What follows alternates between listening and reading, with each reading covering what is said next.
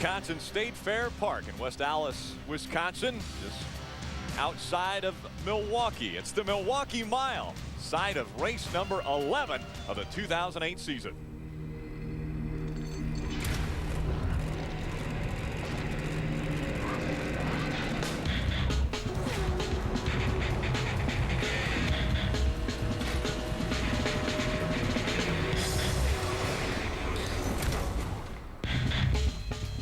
Eric Darnell brings the momentum to the Milwaukee Mile after a great finish. Ron Hornaday, he brings frustration after a disappointment in Michigan.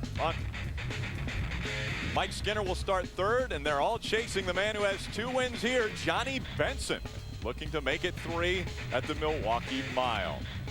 Welcome to the NASCAR Craftsman Truck Series Camping World RV Sales 200, presented on Speed by Toyota.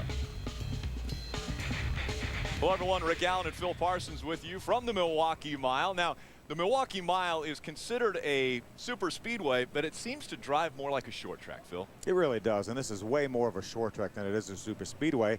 The fact it's called a super speedway is because it's a mile in length, but this racetrack races like a short track. You see the long straightaways there, but these guys have long sweeping, just as flat can be corners. It's so critical to get that truck turned in the center of the corner. That's what all these teams are working on in practice, getting that truck to rotate in the center of the corner so they can get a good straight run off that 2 and 4 to have that long down back straightaway. Johnny Benson, we talked about going for 3 wins. He's also on the pole again tonight. Talk about momentum. Johnny Benson has it here. Won the last 2 races, trying to become only the 4th driver ever to win 3 races in a row at the same racetrack. And he had such a great run last week at Michigan. He came, what, an inch and a half short of winning last week? Unbelievable finish. This is them coming off of turn number 4. Eric Darnell on the outside, Johnny Benson on the inside. Those 5 trucks right there are 1 through 5th. Brendan Gaughan, I told him this morning, I said, you were 0.2 of a second behind and you finished 5th. He said, unbelievable. 1.5 inches when they got to the start-finish line. The closest finishes ever in the NASCAR Craftsman Truck Series history. Colorado, now that was back before electronic timing. So kind of a guess is what they threw out there. This was the closest last week that they've ever had in electronic timing. And that's a little bit deceiving because the transponder that measures that is at the back of the truck. Eric Darnell was behind just prior to the start-finish line. Right. And at the start-finish line, he was barely ahead. And then just past it, he was way ahead. So that probably was even closer than that. With Johnny Benson's great finish, he is now our points leader in the NASCAR Craftsman Truck Series. So done that the first time ever in his career. Let's keep our pre-race ceremonies going. Let's go trackside for our invocation. And remove your hats as the Marine Corps Recruiting Station Milwaukee Color Guard presents our nation's colors. And remain standing for our invocation by MRO Chaplain Lonnie Klaus. And to perform our national anthem, Rhodium Records recording artist Josh Pope. Let's pray. Our Heavenly Father, we thank you so much for this beautiful evening that you've given us here at the Milwaukee Mile to race. We acknowledge you. Father, we ask that you would be with all those victims and families that have been involved with the flooding in the Midwest. We ask that you just touch their lives. Father, for this event tonight, we ask for your protection and blessing, and we'll give you the thanks for these things. In your Son's name, amen.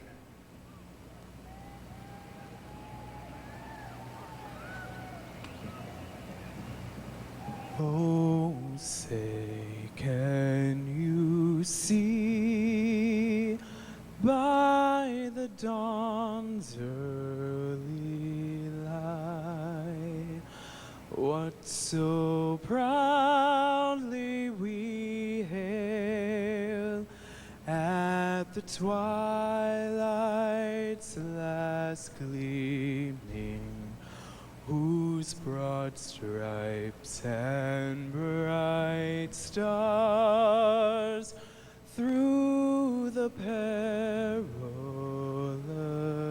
fight o'er the ramparts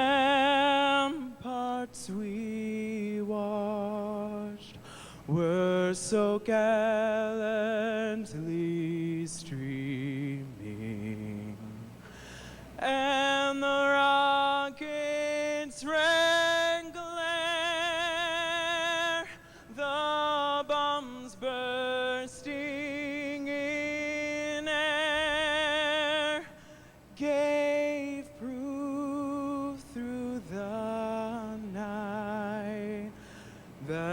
that our flag was still there.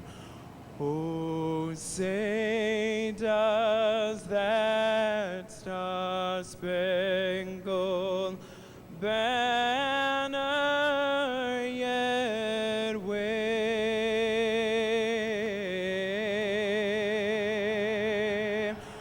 o'er the land of the free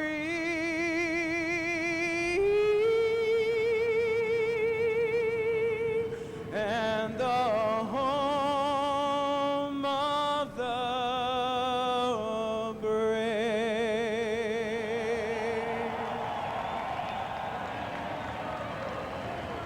And the drive-by taking place on the front stretch, the home of not only the Brave, but Milwaukee Mile, home to Harley-Davidson. And so they do the drive-by on the front stretch. Chrissy Wallace will make start number 2 of her career, looking to improve on the last time she was on the racetrack. We'll be back with more from Milwaukee. The NASCAR Craftsman Truck Series is presented on speed by Toyota. Moving forward. Brought to you in part by Craftsman. Craftsman tools are the official tools of NASCAR. Craftsman at Sears. And by Optima Batteries, the ultimate power source. Welcome back. A little bit of overcast skies there. It's been a beautiful day here at the Milwaukee Mile. It's been a one-day show, a couple practices and qualifying. Take a look at the weather here in West Allis, Wisconsin. 77 degrees, partly cloudy, I would call it. Yeah, just perfect racing conditions for tonight's race. Slight breeze, shouldn't affect the handling of the vehicles whatsoever. Take a look at this 1 mile, extremely old racetrack. Yeah, let's take a look at this Optima Batteries track description. You see 1 mile, 1903 was when this racetrack opened. You see 9-degree banking in the corners. That's almost off camber. To a driver, it seems like it's worse than flat. Long front straightaway, long back straightaway over 1,200 feet. And the key to this racetrack is getting that truck turned in the center of the corner and keeping that forward bite up off the corner. That's the key here. Take a look at our Royal Purple race analysis. 36 trucks will start this race. 200 miles, 200 laps on a 1 mile racetrack. Just over $500,000 is the purse. And then that pit window, 70 to 80 laps. Now, Phil, we actually saw green flag pit stops here a year ago. We do. This race has run typically with a few amount of cautions. A couple times here we've had 1 caution. So a lot of the guys are thinking they could, you know, the first time they can't really stretch it because they had qualifying and all the pace laps they're going to have of fuel. So they may be more like the low 70s for the first one. But then after that, they can probably go up to 80. Again, Johnny Benson starts on the pole. All of the winners of the 13 races here previously have come from the top 8 starting positions. Yeah, that's an incredible statistic, but it shows how important it is to be up front here. Track position is hugely critical here at this racetrack. All of the drivers are strapped into their vehicles, meaning that all we have to do is fire them up and get them on the racetrack. So let's get tonight's command. We go back trackside. And to deliver the most famous words in motorsports, Grand Marshal of tonight's Camping World RV Sales 200, Camping World Senior VP President, Business Development and Training, Randy Ray and his son Alec. Chrissy and gentlemen, start your engines!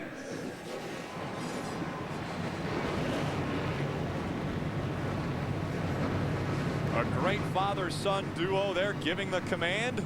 Johnny Benson giving the fist bump there, getting ready and trying to keep that momentum going that he's had now that he has jumped into the points lead in the NASCAR Craftsman Truck Series. Great crowd on hand. We talked about perfect conditions. Well, it's a great night for the fans to be here to enjoy this race. We'll be back with the start right after this.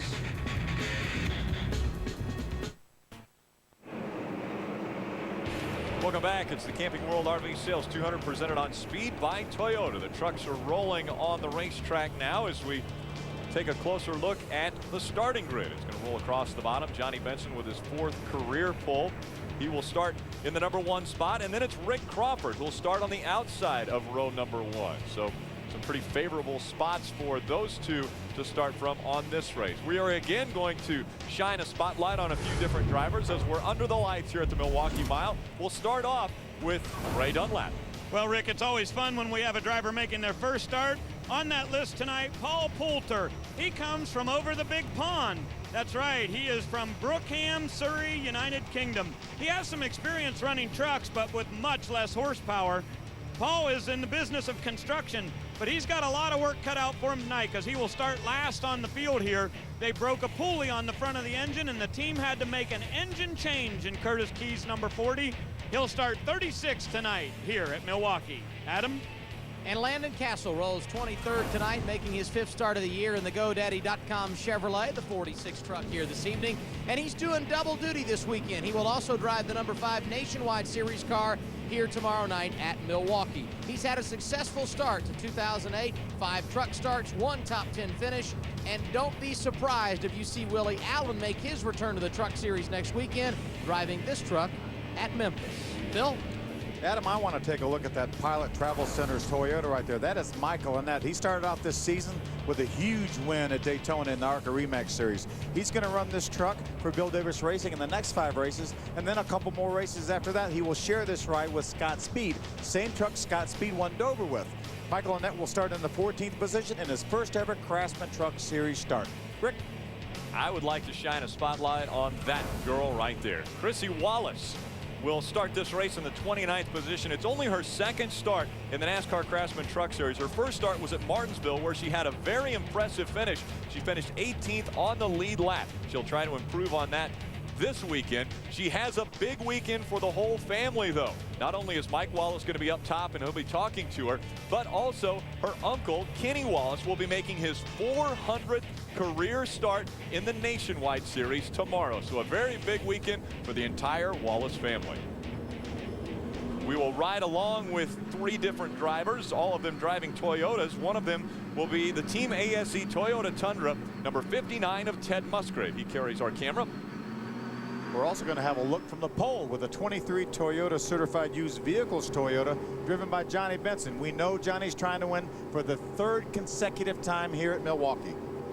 Also, we'll ride along with Mike Skinner in the number 5. He starts 3rd, so he will have a very good view of Johnny Benson, who starts on the pole. Again, the top winners in this race have always come from the top 8. Let's go back down trackside to Ray Dunlap. Well, Rick, you talk about that. It's all about track position here at Milwaukee. There's no question about it. The front 4 rows where all the winners have come from. But we got to take a look at some of the drivers tonight here at Milwaukee who are starting further back. A bunch of guys with a lot of experience on this track and quite a few wins. How about Ted Musgrave? Musgrave rolling off from the 20th position tonight. Can he work his way to the front? Or Mike Bliss, Terry Cook, or Dennis Setzer? And how about Todd Bodine? A driver you would think would be running good tonight, but he didn't qualify very well at Milwaukee. Adam? Ray, the success of Kyle Busch has been well documented in the Truck Series here in 2008. 8 starts in the series, 4 times he's finished in the top 2 positions, including a couple of victories. But Mike Bliss is in the 51 truck tonight. The 1998 winner here has finished 8th or better in his last 5 races, and he's led a bunch of laps as well, 125 in those last 5 events. Tough break for him, though. He qualified 19th, and he's one of those guys that will have to work his way through the field to get a 2nd win on the Milwaukee Mile here this evening. You know, Rick, both of Adam and Ray are talking about how many good trucks are starting outside that top 8. We had Todd Bodine right in front of Mike Bliss, and Todd Bodine had one of the best trucks in practice.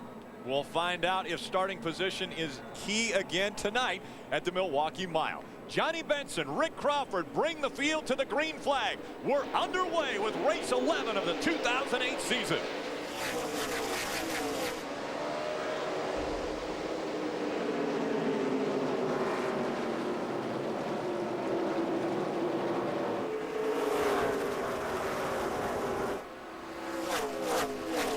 Watch Rick Crawford fight back on the outside, trying to wrestle that lead from Johnny Benson. Trying to get 5 bonus points. Rick Crawford has led the points this season.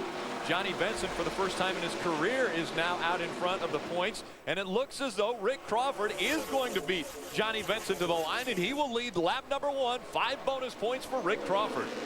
Great start for Rick Crawford. Mike Skinner, that teammate to Johnny Benson, right there behind Johnny. Took a peek to the inside right there. We saw Johnny slide up in the center of the corner to diamond that corner. That is the preferred way around this racetrack, especially once you get a few laps on your tires. Right now they're feeling pretty good. The only laps they have on these tires are the ones that they did in qualifying. We ride along and look back behind Mike Skinner at that 6 of Colin Brown. See teammates right there side by side. The 2 of Jack Sprague on the inside, the 33 of Hornaday on the outside. Both of those guys winners here at Milwaukee. Jack Sprague a week ago started off with Mike Skinner on his side, and those two got into each other on lap number 1, and so it was a difficult start for Jack Sprague a week ago. See Brendan Gaughan, that 10 truck right behind him. Brendan was very, very happy with his truck. Battle heating up a little bit for the lead right here. There's Johnny Benson. He wants to get that lead from Rick Crawford. 2 strong trucks in practice, and they're showing it once again now on the racetrack as they're battling for the lead. Adam Alexander. And Rick Crawford just got the word from his crew chief, Kevin Cowboy Starlin. Run your race. Don't let them force you into anything. And one thing we saw earlier today in the practice, the tires would fall off a bit. And so it's key to make sure you take care of your equipment on the long run here at the Milwaukee Mile. Here comes Johnny Benson looking to the inside of Rick Crawford. Battle for the lead at the start-finish line. You know, people say it's very, very difficult to pass here at this racetrack. Johnny Benson, textbook move, got under him, beat him off the corner, raced him down the straightaway, and beat him into turn number 1. Great pass by Johnny Benson. Down the backstretch, Johnny Benson putting 2 truck links, 3 truck links now between Rick Crawford and himself. And now it's Mike Skinner that gets right back behind him. Look at Mark Mitchell moving up in that number 15, right on the inside of the 99 of Eric Darnell. Yeah, Eric Darnell coming off that huge win last week at Michigan. Great truck in practice as well. You see Terry Cook right there in the Weiler.com Toyota, right behind Mark Mitchell and his Toyota. The preferred line right down by the white line through the turns. And that darker asphalt. Eric's already made his way up into the top 10. He started back in the 13th position, so he's got a couple spots already. Terry Cook's right behind Mark Mitchell in number 15. Todd Bodine moves to the inside of the 8 of Chad McCumbee, trying to take the position away from Chad. That's already up for the 15th spot. There's a 51 of Mike Bliss right behind him. I talked to Mike a little bit right before qualifying, actually right after qualifying. He said they had really struggled in practice. He and Richie Waters put their heads together, made a lot of change to that truck. And he said nothing we did ever helped that truck at all. So hopefully he's got a little better situation here for the race. They thought they would be better for the race. Looks as though Todd Bodine was having a little bit of a hard time staying on that white line. Is there a problem with that? Whoa, Michael Annett around. Right in front of him, Michael Annett spins. And the caution will come out, the first caution of the night. No contact as Michael Annett got turned around, maybe had some help. I think it looked like he was all by himself. He may have run across the rumble strips down there in the inside of the racetrack. It looked like Michael was by himself. Did a nice job of keeping that truck out of the outside wall. Early on in this race, only lap 8 of 200 scheduled, and Michael Annett brings out our first caution of the night. So under the lights, the Milwaukee Mile, it was Johnny Benson who started on the pole, but Rick Crawford won the race to the start-finish line for lap number 1. And then a little bit sideways for Michael Annett brings out the caution. This July on Speed, catch the network premiere of Wrecked, Life in the Crash Lane. Ride with Chicago's toughest family of towers and find out why cleaning up the mess isn't for the faint of heart. Wrecked, new series premiere July 17th exclusively on Speed.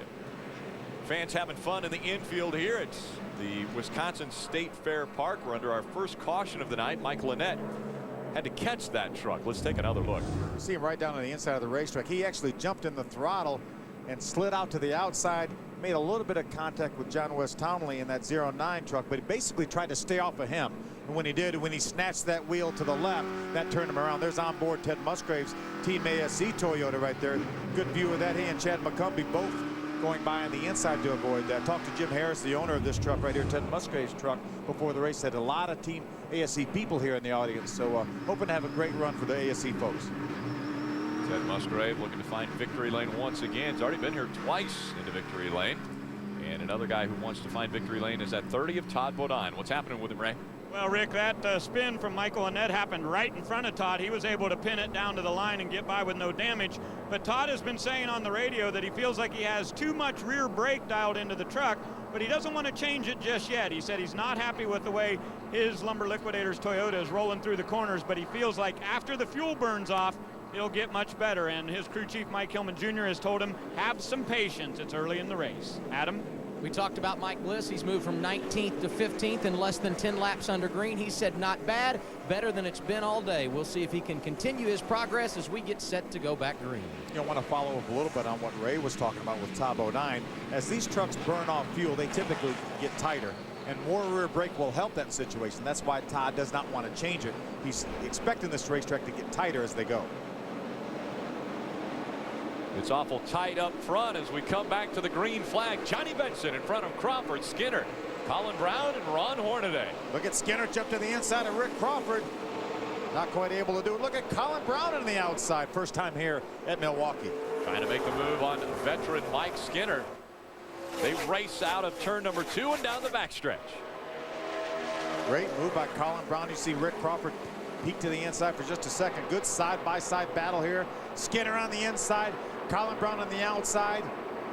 Who will take the 3rd position when they cross the start-finish line? Colin Brown takes it away from Mike Skinner. Nice job. I was talking to his crew chief Mike Beam earlier today. He said Colin came here last week and tested a Sprint Cup car, and he said it took him a while to make the adjustment because you drive those Sprint Cup cars differently than you drive these trucks. He said Colin really wasn't driving as hard in the corners you need to with these trucks, but he's got it figured out now. It obviously looks like he's figured something out as he's now chasing down that number 14 of Rick Crawford for the 2nd spot. It's Johnny Benson out front. Crawford runs 2nd. Colin Brown's moved up to 3rd. Skinner drops back to 4th. And then rounding out the top 5 is Ron Hornaday. I want to keep an eye on that 33 of Ron Hornaday. He was so good in practice. A lot of talk in the garage area was that 33 truck, as well as his teammate, the 2 of Jack Sprague, had 2 of the very best trucks, but you can never count on Johnny Benson here at Milwaukee. These 2 right now running nose to tail, the 33 and the 2. Just behind them, somewhat silently running up there in the top 7, Brendan Gaughan. So he's running strong. He's got a pretty good look at the 2 of Jack Sprague, and again, just in front of him, that 33 of Ron Hornaday. Right. I know this is going to be a big surprise to you guys, but Ron Hornaday is tight in the middle. We're going to hear that from just about every driver tonight here at Milwaukee, and that's been what we've heard on the radio all the way across. But Hornaday said on a scale of 1 to 10, he's about a 7 tight. So Rick Wren has a good bit of work to do on this Camping World Chevrolet to try to get him to roll through the corner. And as you said, Phil, that's the most important part of having a shot at winning at Milwaukee, rolling that corner. Hornaday way too tight in the middle. How about Matt Crafton making the move up to 8th? 7th, actually. He got by that 10 of Brendan Gaughan to take over the 7th position. You know, Ray was talking about everyone being tight in the center of the corner. I never heard one person today during practice talking about being too loose in the center of the corner. Not one. Not a one. Matt Crafton moving toward the front now. Crafton finding victory lane for the first time in his career earlier this season at Lowe's Motor Speedway. What a big victory that was for him after over 170 starts. Hey, Johnny Benson right now still running some very, very quick lap times. He's within a couple tenths of a second of the fastest lap he has turned this entire race. Mike Bliss actually ran his fastest lap the last time by. He moved up to the 13th position as we watch Mike Skinner. They're a good battle right there. Eric Darnell moves to the inside. You can see his brake rotor is already glowing red hot here. I was talking to Top 09. He said we're using a lot of brake as you see Eric Darnell try to take over that 8th position from Brendan Gaughan. Gaughan not giving up the spot as he stays on the outside of that 99. Northern Tool and Equipment Ford F-150. 2 Fords running side by side. The Max Force International powered Ford F-150 of Brendan Gaughan battling back on the outside. At the 13 Bobcat Chevrolet of Shelby Howard right behind this duo, trying to figure out which one to follow. They stay side by side. That's what you love, a racetrack that you can run side by side. Obviously, this racetrack does not have progressive banking, but Brendan Gaughan able to hang in there tough on the outside, gets a good bite off the corner, and now Eric Darnell is going to be able to take over that spot. Clears him, goes out to the wall, keeps his momentum up, and puts 2 truck links between him. It continues to be a battle for the 8th position. Mark Mitchell just in front of Todd Bodine. That's the 11th place right there, Mark Mitchell. There's Todd Bodine in 12th. See Mike Bliss already up to 13th. And then Miccosukee Toyota. The battle for 11th continuing. Todd Bodine all over the back bumper of rookie Mark Mitchell. in the number 15 Hyperion Ergon Toyota Tundra. Check it out, Paul Poulter there in the 40, dropping back. Again, he started at the back of the field after an engine change. We see Mike Lynette trying to battle back after that spin early on in lap number 8. That's Kevin Wood right there in the 21 Air Force Ford. Remember, Kevin is John's first cousin. Len Wood, one of the famed Wood brothers' son. Kevin making his second start of the season and third overall in the Truck Series. On a side-by-side racing as they go through 1 and 2 here at the Milwaukee Mile. Johnny Benson with a good lead now over Rick Crawford. Colin Brown holding on to third. Skinner is fourth, and Ron Hornaday still holding on to that 5th spot at the Milwaukee Mile.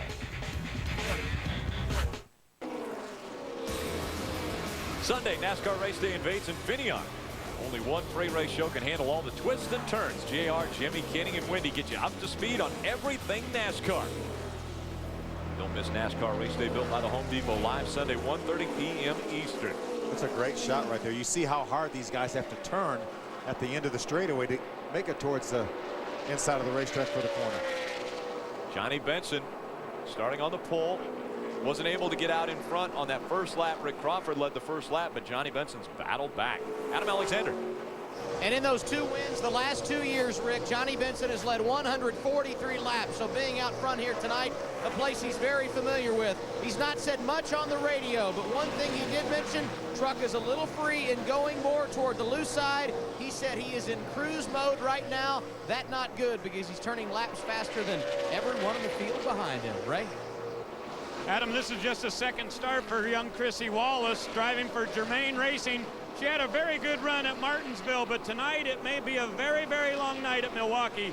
Chrissy has just said on the radio that her brake pedal is all the way to the floor and that she cannot get into the corner very fast. And you know what that means. People behind her are going to get impatient. So we'll keep our eye on that 03 truck. Chrissy Wallace, possibly with no brakes.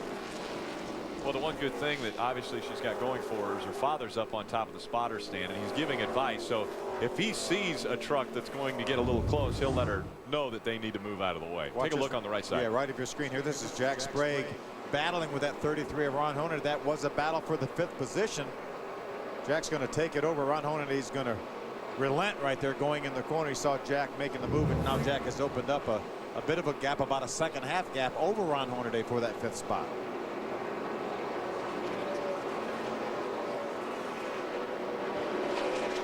CamouflageRVs.com, number 2, Chevy Silverado, one of the 2 trucks out of the Kevin Harvick Incorporated race shop. Jack's just about to run down that 5 truck of Mike Skinner. Mike's got 4th. There's Colin Brown right there, that Conway Ford. He's running 3rd right now. There's Jack's record here. 9 top 10s in 11 tries here. What an incredible record for Jack Sprague. That's not so bad. Not too bad. Colin Brown and that Conway Freight going by. See, Matt Crafton now has chased down Ron Hornaday. That will begin to be a battle here shortly for the 6th spot. Matt Crafton continues to move up ever so slowly. He started in the 10th position all the way up to 7th and trying to run down that RVs.com. Camping World RV Sales 33. Ray, what are they talking about in that team? Hornaday just came on the radio and said that he is so terrible loose on the entry to the corner that he's just chattering the tires all the way through the center and off. So that could be a big problem. You know, Phil, we said tighten the center is all you're ever going to hear. Well, guess what? Hornaday's loose in. Yeah, a lot of guys, Ray, have complained about being loose in, but then once they get in, and because you're loose in, you have to drive in the corner a little straighter, and that really magnifies the tighten the center of the problem. So a lot of the guys are fighting loose in, but then they have to drive the truck in so straight they get to the center of the corner. They have to physically turn more than some of the other guys, and that makes them tight through the center of the corner. So that just compounds that situation. Right now, Ron Hornaday has got even more to worry about with that 88 closing the gap now as he's all over the back bumper. Matt Crafton trying to take 6th away from Ron Hornaday. I saw a puff of smoke out of Ron Hornaday's truck when he entered the corner there. I'm not sure what it was. It appears to have stopped as it goes down the straightaway. Let's see if we see it. That's just the exhaust out the right side of the truck right there. But I definitely saw a little bit of a puff of something when he entered turn number 1 this last time. Crafton able to run right on that white line. Ray Dunlap. It's a brand new chassis for Matt Crafton tonight, one they have not raced at all. And Crafton's so very, very good out at Phoenix, and the plan for this team is to learn more about this truck. I'm sure they'll run it at Loudon, New Hampshire, but they're hoping to take it to Phoenix because that's a racetrack where they believe Matt Crafton can get another victory this year. Double A.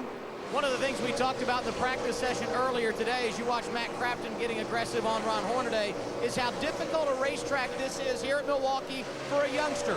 Left of your screen, you see the 46 of Landon Castle making his debut here at Milwaukee this weekend. He started 23rd, but is up to 14th. He said they did some things after practice to help it in qualifying. It didn't work. Well, he's made the ground up on track and looking to make his way into the top 12. Terry Cook just in front of him for a position on the racetrack. Nice run so far for that 18-year-old driver there. We'll do double duty as we heard earlier, and we'll run tomorrow night for JR Motorsports in the nationwide race. You see Matt Crafton continuing to battle with the 33 of Hornaday. Again, this is for the 6th spot. Ron Hornaday holding it. Matt Crafton trying to take it away. They go door to door, side by side. Hornaday able to get back out in front. Now the 74 of Nicholas Tucker comes into play. And Nick Tucker stays out of the way. There's a 15 of Mark Mitchell, the 60th Terry Cook. That's a battle for the 12th position right there. Terry Cook, a former winner here back in 2002. Terry looks to the inside, going to get a nose up beside Mark Mitchell. Good run coming down the front stretch. See if he's able to keep it in front as they go through 1 and 2. Again, 9 former winners in this race of the 13 races that have been run. Terry's only had 2 finishes this season outside the top 16. Had a 30th at the season opener in Daytona and finished 19th back at Kansas. Otherwise, all top 16 finishes. Johnny Benson 1.6 seconds in front of Rick Crawford. Double A. He's been very consistent tonight, but one thing he did say on the radio a moment ago is the truck continues to get free as this long run continues, and his concern is what an effect it will have on the right front tires. So we'll continue to watch Johnny Benson. He said moments ago he was in cruise mode, but he wants to make sure and take care of his race truck, and I guess right now with the margin of lead he has, he can afford to do that, but we'll continue to watch his progress as we're nearly halfway through this first fuel run of the night. Johnny Benson able to get by the 0-3 of Chrissy Wallace, so puts her 1 lap down. That means there are 26 trucks on the lead lap. Rick Crawford running second, also trying to negotiate through the slow lap traffic. See Kevin Wood right there in the 21 truck, giving Rick plenty of room. Great looking truck there, that Power Stroke diesel by International Ford for Rick Crawford. Heavy traffic in front of our leader as Johnny Benson tries to get by the 08 truck of Jason White. Rick Crawford, Johnny Benson in the top 5 in the points. Crawford 61 points back from Benson, trying to eliminate that difference. Welcome back. Johnny Benson still in front of the field. 1.5 seconds the difference last time they went by the start finish line between he and Rick Crawford, who runs second. Colin Brown third, Mike Skinner fourth. Jack Sprague has moved up to fifth. Then it's Matt Crafton, Ron Hornaday Jr., Eric Darnell, Shelby Howard, and Todd Bodine, your top 10. See, Johnny's got a couple trucks here racing for position. That's the 4 of Stacy Compton, the 09 of John West Townley. They're racing for position and also trying to race to stay on the lead lap. They definitely want to stay in front of Johnny if they can. If the caution flag were to come out, they would be able to come all the way around the racetrack. So important for them right now. Ooh, contact problems right there. Stacy Compton into the back of that 09 of John West Townley, and that will allow Johnny Benson probably a little bit of an increased heart rate there for Johnny Benson as he saw that contact just in front of him, leading this race by a big margin. That's Stacy really wanting to stay out in front of Johnny Benson. Yeah, Stacy's fighting right now to stay on the lead lap. Again, we're riding along with Johnny Benson, his certified Toyota used vehicles, number 23. This racing right here battling, that's allowed that 14 of Rick Crawford to close right up behind that 09 of John West Townley. See Stacy Compton desperate to stay on the lead lap. Johnny's going to move to the inside here. There's Rick Crawford right there. That's our second place truck. So the gap has closed now as Johnny Benson's trying to fight with this slower lap traffic, and there was the contact just in front of Johnny Benson on the right side of your screen. Yeah, Stacy Compton slid up the hill a little bit and made some contact with that 09 Ford. And right along with Johnny and what he saw, again on the right side, live on the left.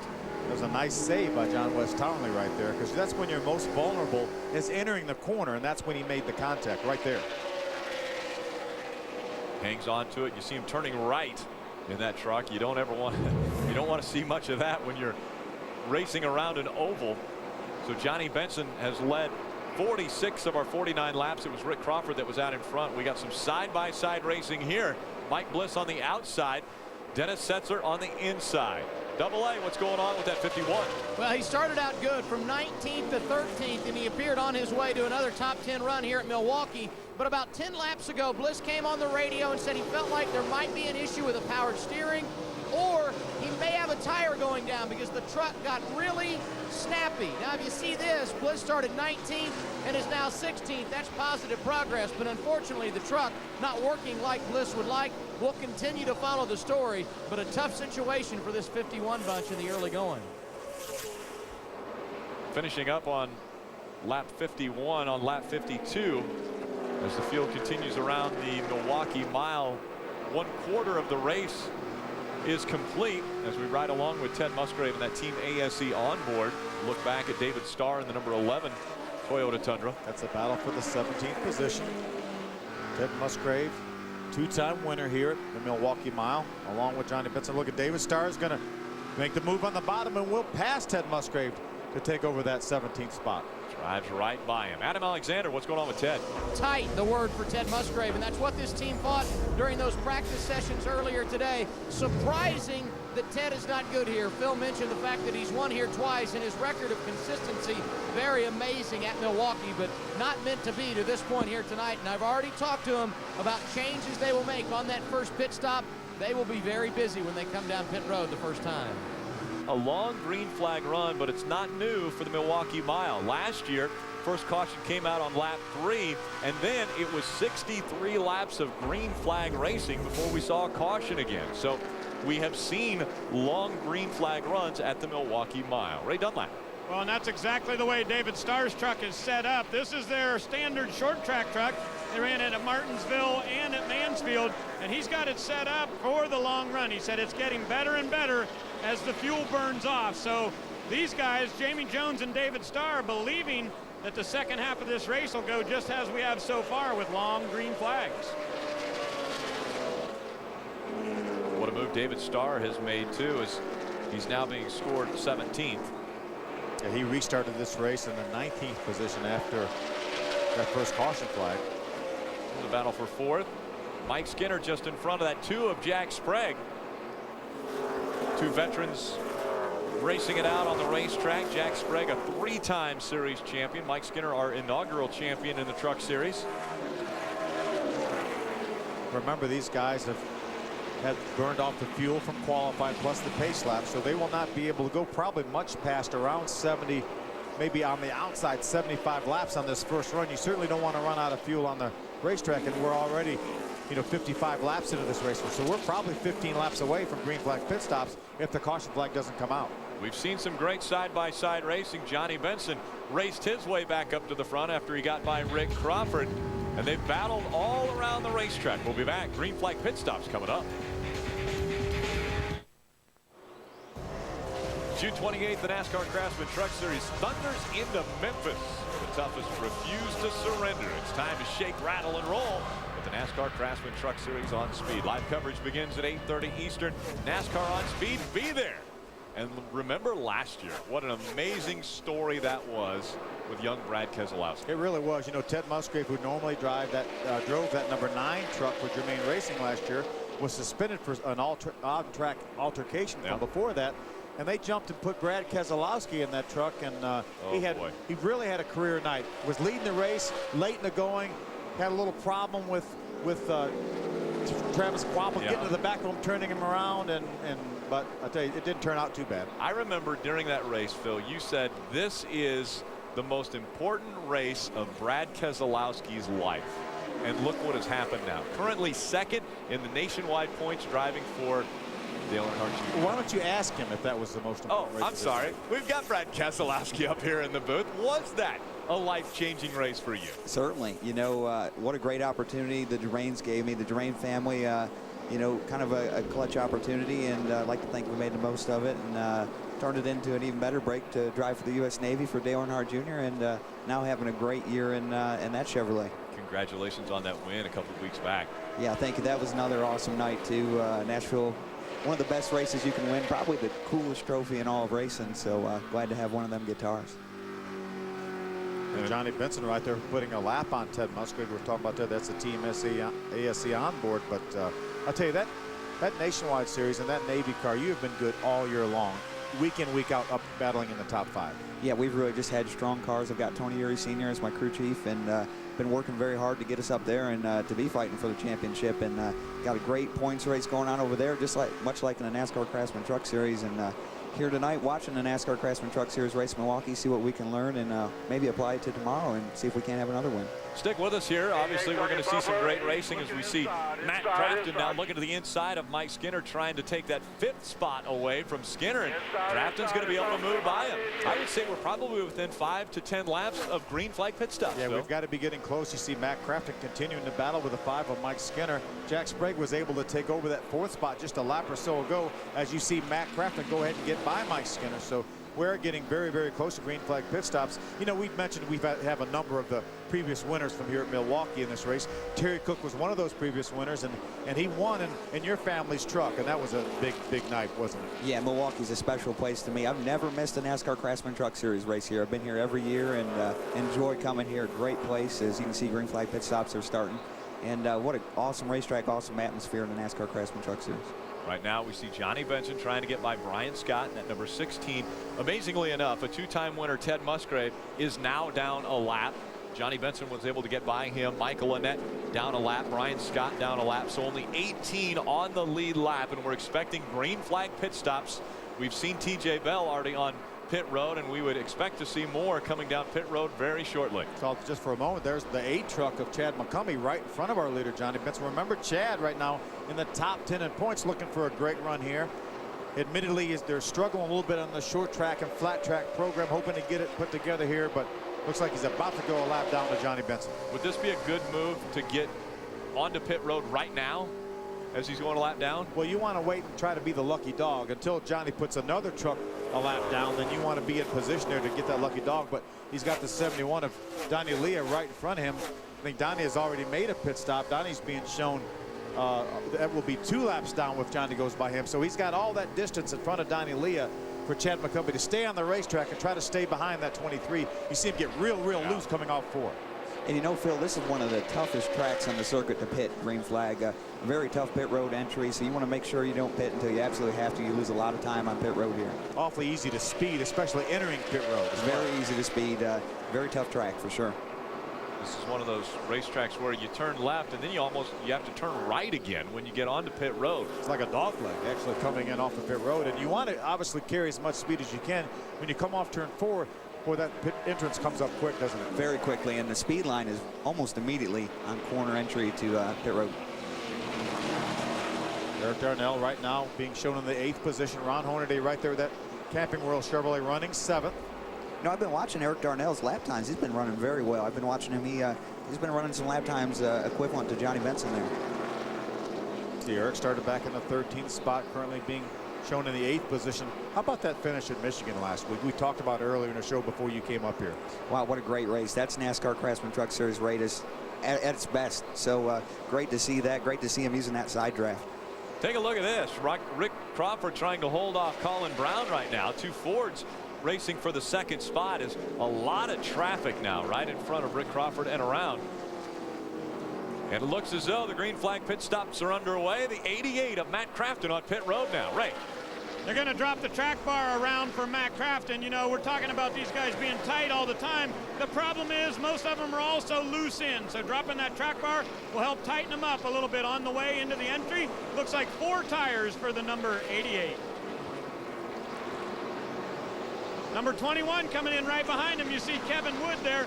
And it's so important for these young rookies to learn the way off of turn number 4 and get onto this tricky pit road, as Brad was talking about.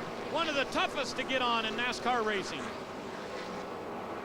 See Johnny continuing to lead, stays on the racetrack, has a 3.5-second lead right now over the second place truck of Rick Crawford. Landon Castle on pit road in the GoDaddy Chevrolet, teammate of mine in NASCAR Nationwide Series. Adam Alexander. And we talk about Landon Castle, been a status quo, a good night for him, 23rd to 11th. Status quo night for Stacy Compton, who you see right of your screen. He comes down pit road battling a tight race truck. 4 tires fuel for him. They will make adjustments. And there you see Landon Castle. Double weekend for him. He has been great in the early going, looking for his second truck top 10. Here's Rick Crawford. Tight the word for him early. Air pressure, the adjustment they will make to help the handling. Crawford pulls away. His green flag pit stop coming at lap 72. You hear Cowboy say, watch your speed down at the other end on the exit to pit road. There's Colin Brown making his way on the pit road. He was locking up all 4 tires as he came onto pit road. Ray Dunlap. He gives up 3rd position on the racetrack, and his crew chief, Mike Beam, telling him, how loose are you? He said, really only a 2 right now on my entry, and they're going to drop the track bar to help him turn through, and a little bit of air out of the rear tires for these guys. Adam? Earlier tonight when Jack Sprague went out to qualify, he qualified in the top 5 for the 9th consecutive time at Milwaukee. He knows what it's all about, there's no doubt about it, and he's on pit road right now making his stop at lap 74, 4 tires and fuel. Ray? A great race last weekend for Brendan Gaughan at Michigan, hoping to repeat again once tonight. Brendan asking for a drink from the side. These guys have a little bit of a hang-up on the left rear. This is going to be a costly pit stop for the 10. Adam? And now Mike Skinner on pit road, tight in the center. The word for him in the early going. Skinner, who led over 100 laps and finished 4th a year ago, completes his service and will pull out right behind Sprague. The stop coming at lap 75. Terry Cook, a former winner, in front of Ray Dunlap. Adam, he has been saying on the radio that he is just extremely tight, about a 7 tight. So they're going to make air pressure adjustments on the rear tires for the number 60 of Terry Cookie. Up 2 pounds on the lefts. Adam? Mike Bliss, also a former winner here, brings his truck down at lap 76. They've had a number of problems after starting in the 19th position. Tonight, a major chassis adjustment and 4 tires for Bliss. Ray? Ron Hornaday afraid to make too big of a change because he believes that the racetrack is actually changing. We're getting complete cooling off down here right now as a cold front has started to roll into Milwaukee. They're going to do 4 tires on the Camping World Chevrolet. Johnny Benson staying out on the racetrack. He's been out. There are only 3 trucks that were scored on the lead lap the last time by. And here comes Johnny Benson, our race leader, onto pit road now.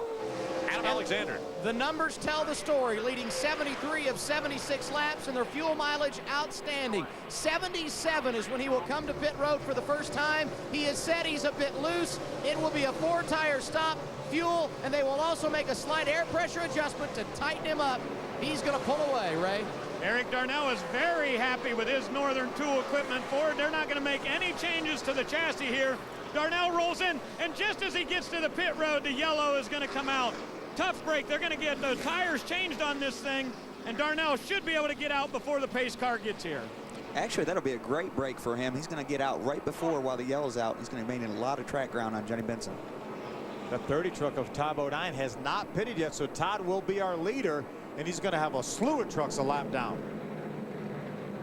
That should keep Eric on the lead lap at the very tail end there. Let's see how he lines up. Todd Bodine still will have to come onto pit road. We see Eric Darnell making his way out onto the racetrack. This caution coming out on lap 78. I still haven't seen a spin. Was it debris on the racetrack? Or no, the 40 truck of Paul 40? Poulter actually is stalled at the entrance to the pit road. They didn't quite make it, still on the racetrack. So that's the reason there for caution number 2 at the Milwaukee Mile. We're closing in on the halfway point. Again, this one's a 200 lap race, 200 miles.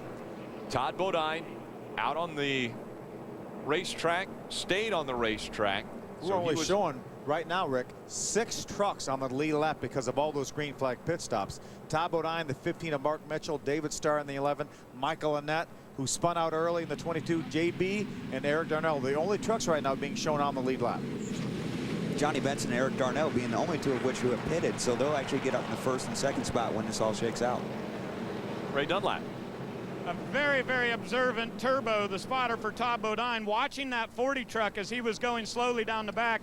He held off and said, let's not pit here for a lap or so to find out exactly what happens. You never know how that's going to cycle through, but Todd Bodine will be able to come to pit road here. Right now, he gives up that lead position on the racetrack. So Todd Bodine on his way down pit road. Have service done to his Lumber Liquidators Toyota Tundra. You know, that 40 truck was coasting along through that end of the racetrack for a long time, so everybody in the field saw that truck there going so slow, but some of these guys were probably so close to being out of fuel they had to stop.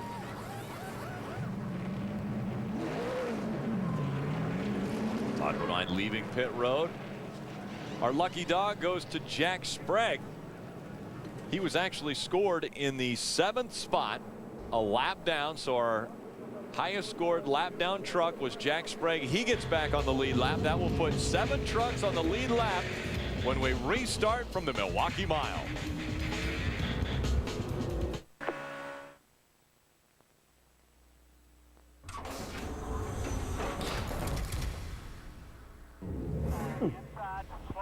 You know, over the winter, I did an awful lot of work on this old 72 pickup of mine. And today on Tools of the Trade, I'd like to talk pliers. Now, this is Craftsman's new 10.5-inch long arc joint plier. Couple of things I like about it. It's got this nice rubberized handle, and with the long length, you can get a lot of leverage. But check this out, 8 different settings, all the way to 2.5 inches. You can get on a really big bolt with that. Now, this comes as a standalone, but I also really like this little set of 3. What you get here is a set of needle nose, a smaller arc joint plier, and the standard set of pliers. Now, I know what you're saying. What's with the little rubberized tips? Well, this comes in really handy if you happen to be working inside the house. Let's say you have a chrome faucet. You don't want to scratch it all up, so you put the rubberized tips on there. You can do whatever you got to do and not scratch your surface. Craftsman has a great set of pliers to get all the work done you need to in your shop. Welcome back to the Milwaukee Mile. We're at the State Fair Park in West Allis, Wisconsin. Closing in on the halfway point of this race, we've completed 81 laps of the 200 scheduled. Only 2 cautions have come out, and the most recent one has put about 13 or 14 trucks on the tail end of the lead lap, but it just so happens they're in front of our race leader as the green flag comes back out. Remember, Johnny Benson is leading this race, and we haven't seen him yet. He's now just coming into our screen. He's the red truck right now, middle of your screen. He restarted this race about 13th and 14th in line if you count both the inside and the outside lines. Yeah, this is definitely where you do not want to be right now if you're Johnny Benson. You have the truck to beat by the looks of it, and back in traffic with a lot of anxious drivers. And good trucks too, Brad. I mean, they're not slouches. You've got right there in front of him Dennis Setzer, and you've got Landon Castle, who's been running well up there. Brendan Gaughan, Skinner, all those guys up there. Ron Hornaday, all trying to stay on the lead lap, staying in front of him. And look at that, Eric Darnell going for the lead. Darnell trying to get by that 23 of Johnny Benson. He is going to make that pass. He's got him. Wow, look at that. Johnny said, I'll let Eric go ahead and open up this this route for me here. Todd Bodine right on the back bumper of that 23. Again, on the lead lap, there are quite a few trucks, but they're in front of the 99 of Eric Darnell. So they're at the tail end of the lead lap, trying to stay on the lead lap. Every one of these trucks right now wants to stay in front of that 99. Right now, Dennis Setzer side by side with Eric Darnell. Dennis is going to go a lap down. I'm watching Eric run the top, and he's running very well up there, very strong on the top. That's very good to see. We've seen a few people make passes on the high side of this racetrack. Now Darnell going to the bottom of the racetrack. He's got Landon Castle on his outside, just in front of him, that 60 of Terry Cook. Dennis Setzer right behind him in that number 18 Dodge. Then JB, our second place truck right now, an early leader, pole sitter. And all these guys have fresh tires on too, so that's as good as these trucks are going to be. And they've been able to make adjustments. Well, it's not just a matter of Eric Darnell just driving up there and driving by him. He's going to have to race his way by all these guys. Todd Bodine closing in on Johnny Benson. When the caution came out, it was Eric Darnell, Johnny Benson, Todd Bodine, David Starr, Michael Annett, Mark Mitchell, and Jack Sprague got the free pass, and so those were the 7 that were on the lead lap. But there were also quite a few trucks that were on the tail end of the lead lap, so they restarted in front of Johnny Benson. Yeah, right now Eric Darnell still 10th in line on the racetrack. Again, all those trucks in front of him 1 lap down are actually on the tail end of the lead lap. You can see a side-by-side battle. That's Brendan Gaughan, that 10 truck on the outside, Terry Cook, the 60 truck on the inside. Eric's looking for some room on the outside, going to try to follow Brendan Gaughan. Ooh, Brendan goes way wide, gets out in the loose stuff, and is going to lose that spot to Eric Darnell. Adam Alexander. And you guys remember back about what happened at the beginning of this race. Johnny Benson on the pole. Rick Crawford took the lead. Benson overtook him a couple of laps later and never looked back. Well, at the beginning of this run, he said the same thing when Darnell went around him. It'll take us a few laps to get going. Then he came back and said, this set of tires not as good as the first. I'm chattering a little bit. So it may be a while before we see Johnny Benson back on the point. And that last lap, Eric Darnell 3/10 quicker than Benson. Take a look at this. Johnny trying to go to the inside. Todd Bodine goes to the outside. They split Dennis Setzer. 3 wide for a moment. Todd's going to take over that spot over the 23 of JB. So Todd Bodine running strong now at the Milwaukee Mile. Bit of a wiggle off of turn number 4 right there. Yeah, Milwaukee's known for having quite a big bump coming off of Ford. You can see him get a little loose over that. We were talking about how flat this racetrack is, Brad. They say it's banked 9 1/4 degrees, but as a driver, it looks as flat can be, doesn't it? Oh, it does, and it feels that you can really feel at Milwaukee the load on the right side of your body. We actually put the headrest right against our helmet, trying to keep our neck from twisting to the right. Long race that'll really wear you out. See, Brendan slips a little bit. That's going to allow Todd and the 30 truck to get down to the inside of him. Eric Darnell has been able to get by the 60 of Terry Cook and the 46 of Landon Castle. Brendan Gaughan running 16th. He's being scored a lap down. Shelby Howard, the last truck on the lead lap, 13th right now. Shelby Howard just in front of Eric Darnell, our race leader. Remember, 7 trucks on the lead lap, the 30 of Todd Bodine, the 23 of Johnny Benson. That's second and third. There's the 11 of David Starr. That's our 4th running truck. And there's Michael Annett. You know, the reason Michael Annett is on the lead lap because he stayed out. Because remember, when he spun out and caused our first caution flag, he came down pit road, got fuel and some tires, and now he was able to stay out a little bit longer, and he caught that caution flag that puts him back on the lead lap right now. Only 1 of 7 trucks. And again, we say 1 of 7, but there are a few trucks just in front of those 7. And so they're on the tail end of the lead lap trying to stay in front of Eric Darnell. If a caution would come back, they would get that more or less free pass all the way around the racetrack to tack onto the back once again. And that would be a happy day for all those guys. Yeah, right now you're very tense in the truck if you're one of these guys in front of the leader. You know you've got a truck that's capable of running with them. You just need that break. You need that caution. There's David Starr trying to make his way around that 10 truck with Brendan Gaughan. There's your race leader in the Northern Tool and Equipment Ford F-150, Ray Dunlap.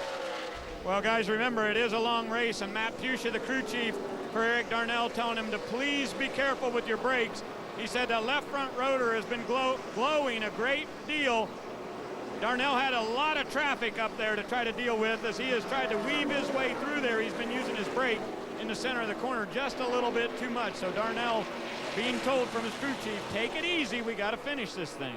Yeah, how much brake, Brad Keselowski, how much brake do you use here in the truck versus a nationwide car? You use a lot of brake here in the trucks. The trucks are, you know, a little bigger. They have a higher center of gravity, which on a track that's flat like this one, that's very difficult. We're hearing our 3rd caution comes out on the racetrack. Now, a few guys are celebrating that. Guys like Colin Brown, Rick Crawford, Matt Crafton, Ron Hornaday, Mike Skinner. Landon Castle looks like he's going to get the lucky dog. Good break for him. So a big break as our 3rd caution has come out on lap 95. All these trucks right here will come all the way back around the racetrack. There's, you can see right there, there's our lucky dog, Landon Castle. He will join those trucks. As you mentioned, we got Colin Brown, Rick Crawford, Matt Crafton, Ron Hornaday, Mike Skinner, Shelby Howard, Mike Bliss, and Landon Castle will all be on the lead lap when we restart this race. great break for Landon. He's been racing very hard and was able to get a spot back and get up there in that lucky dog spot. Well, Brian Keselowski, we want to thank you for coming up here and joining you. Good luck tomorrow in that nationwide race. Thank you very much. Thanks for having me, guys. We'll be back. Again, our third caution has come out at the Milwaukee Mile. A great crowd on hand for this one.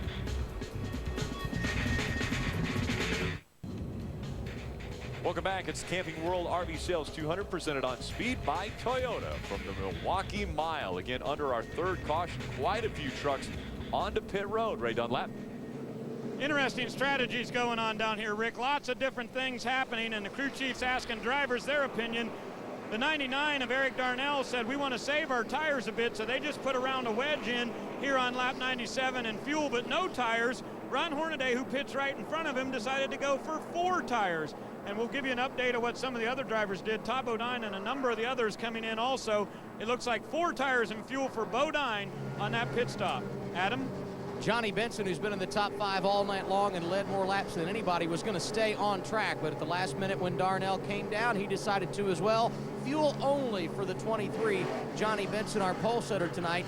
And Rick Crawford, who had lost some track position after that cycle of green flag pit stops, came down pit road as well under caution. This time Crawford taking 4 tires and topping off the fuel tank. Getting ready for the green flag once again. Out in front, it is Mark Mitchell, your race leader, just in front of that 99 of Eric Darnell.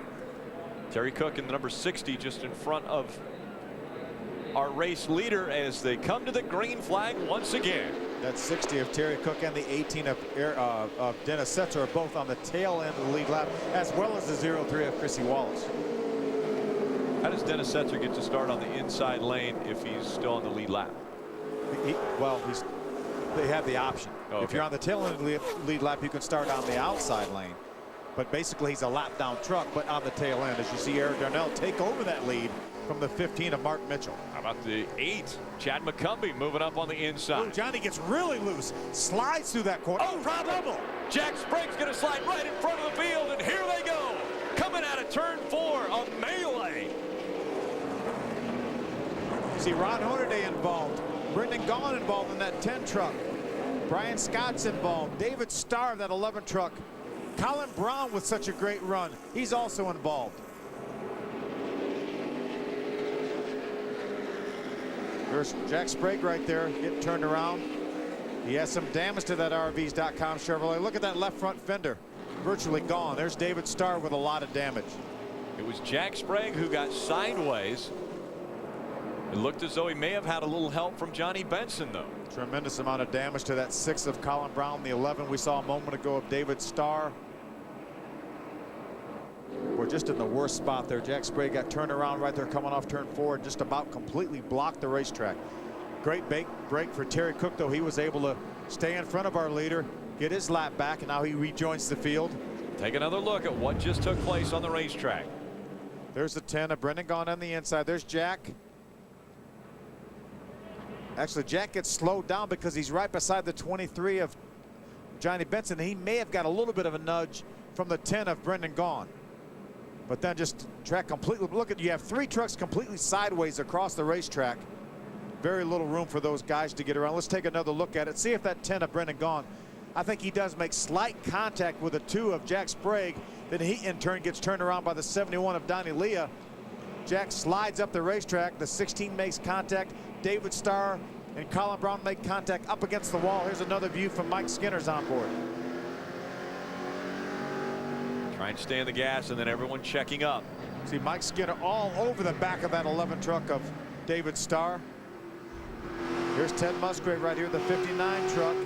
See Jack gets turned around. Ted's going to go right through the middle, and looks like he's going to, ooh! At the very last second, Jack Sprague catches the right front corner of Ted Musgrave. Ray Dunlap. Ron Hornaday telling his guys this is just like a regular pit stop. We got to get in and get out. They did just that. Pulled the fenders out of that Camping World Chevrolet, sent him back to the track. So he'll be ahead of all these other guys that are getting service on the pit road right now. We see David Starr is down in here. Lots and lots of damage on a number of these trucks, including the 6 truck of Colin Brown, who has big damage on the left front. Adam? Jack Sprague, who was hoping his luck would turn around here tonight, said, "You have got to be kidding me," on the radio when the accident happened. Ernie Cope, the crew chief, the man calling the shots, they took no tires when they came down pit road this first time, simply assessed the damage, pulled all the fenders out to make sure there were no rubs once they changed tires, and they will make multiple pit stops here under caution, trying to maintain their position on the lead lap. But yet another night when things don't go the way of Jack Sprague, despite the fact that he's got a very good race truck. A lot of damage to the 6 as well as that team goes to work on that Ford F-150. It happened coming out of turn number 4 at the Milwaukee Mile. Coverage of the NASCAR Craftsman Truck Series is presented on Speed by Toyota. Moving forward. Brought to you in part by Camping World RV Sales. Everyday low prices guaranteed. By Craftsman. Craftsman tools are the official tools of NASCAR. Craftsman at Sears. And by Sitgard Endurance Heavy Duty Engine Oil and Overdrive Grease. Sitco Lubricants. There at every turn. Under the lights from the Milwaukee Mile, our most recent caution, caution number 4, coming out on lap 100. And quite a few different trucks involved in this accident. Letting them know one more lap around before we get the green flag back. There's a list of who is involved in this accident. Boy, it's almost easier to say who's not involved in this accident. You see Brian Scott right there. A lot of damage to that Albertson Chevrolet. Here's their list right here. Jack Sprague, Mike Skinner, Colin Brown. So many of these trucks running so well. Brennan Gaughan, the 10 truck. David Starr. We saw Brian Scott's. There's Mike Skinner right there in the pits. Ron Hornaday and Musgrave. I think Ron Hornaday may have the least amount of damage of just about anybody. How about Mike Skinner, Adam? Well, they've got a brace hanging out on the left front fender, and I think that's where the concern is right now. They were trying to pull it out when they came down on this 3rd consecutive pit stop. Now, they're damaged, not big time. They changed 4 tires on their first trip, fixed the left front fender on their second, and Jeff Hensley very optimistic they're fine, despite the fact they cannot pull that brace off on their 3rd stop. We'll continue to see what NASCAR's reaction is to that, Ray. Mike Beam assessing the damage down here on the Conway Freight Ford. They are checking out whether they need to pull the radiator. This truck is very, very hot right now, but they didn't have any lighting. They just now got some temporary lighting in here to be able to see on the inside if they can fix it the way it is or whether they got to pull the radiator and change it. Such a tough break for that young driver. Had such a good run going here and just caught up in something not of his making. Started 4th on the day. Was running well. And now off the racetrack. Green flag back in the air. In front of this field, it's Eric Darnell, Mark Mitchell, Johnny Benson, Mike Lynette, and Rick Crawford, your top 5. Again, Ron Hornaday was so heavily involved in an incident, restarted in the 9th spot. See a few damaged trucks going by our camera as they go down the backstretch. Right now, Eric Darnell is seeing something he hasn't seen for a long time. Clean racetrack in front of him. Clean air on the front of the 99 Ford F-150. 3 wide right there. Rick Crawford on the inside. That's Michael Annette, the 22. See, he's got a little bit of damage from that incident earlier, but doing a nice job. Going to battle back on the inside. That's a 0-3 of Chrissy Wallace. Outside Michael Annette. Michael Annette right now is being shown in the 4th position. There's a battle for 2nd. Johnny Benson moves up to 2nd. Trying to battle the 15 of Mark Mitchell. There's Rick Crawford, who actually got by Michael Annette to take over that 4th spot. He's trying to follow Johnny Benson by that 15. Actually, he's going to make it 3 wide. 3 wide. Rick Crawford to the inside. Johnny Benson giving up the spot as Crawford moving forward. Mark Mitchell drops back as well, the number 15. Great move by Rick Crawford. Johnny Benson got seized up just a little bit trying to get by that 15, and Rick took advantage of it. Adam, what's going on with that 15 truck? Well, and when you look at the 3 trucks we just saw on track racing for position, they're all on 3 different strategies. Mark Mitchell, who you see here, did not pit when the other guys came down at lap 96. So the last time he was on pit road, you have to go back to lap 78. Those tires a bit older. You saw Rick Crawford go around Johnny Benson. Crawford took tires at 96, Benson did not. So perhaps the tires paying off for the 14 truck.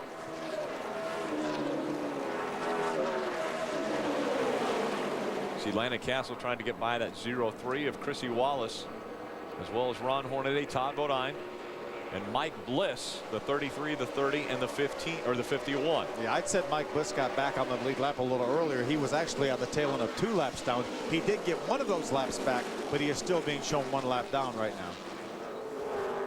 On the scoring monitor, we're seeing 16 trucks on the lead lap. Currently, the final truck on the lead lap is Brendan Gaughan. But in front of him, great racing, battling for position. That's Mark Mitchell just in front of Michael Annett. Again, Michael Annett making his first ever start in the NASCAR Craftsman Truck Series. It's a battle for the 5th spot right there.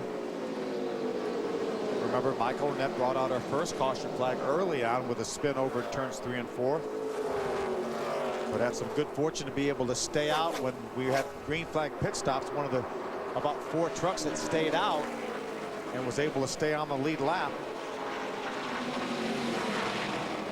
Michael Annett trying to get by that 15 of Mark Mitchell. That would be for the 4th spot. In front of the field, once again, Eric Darnell and Rick Crawford run second. So the Blue Ovals running 1 and 2 at the Milwaukee Mile.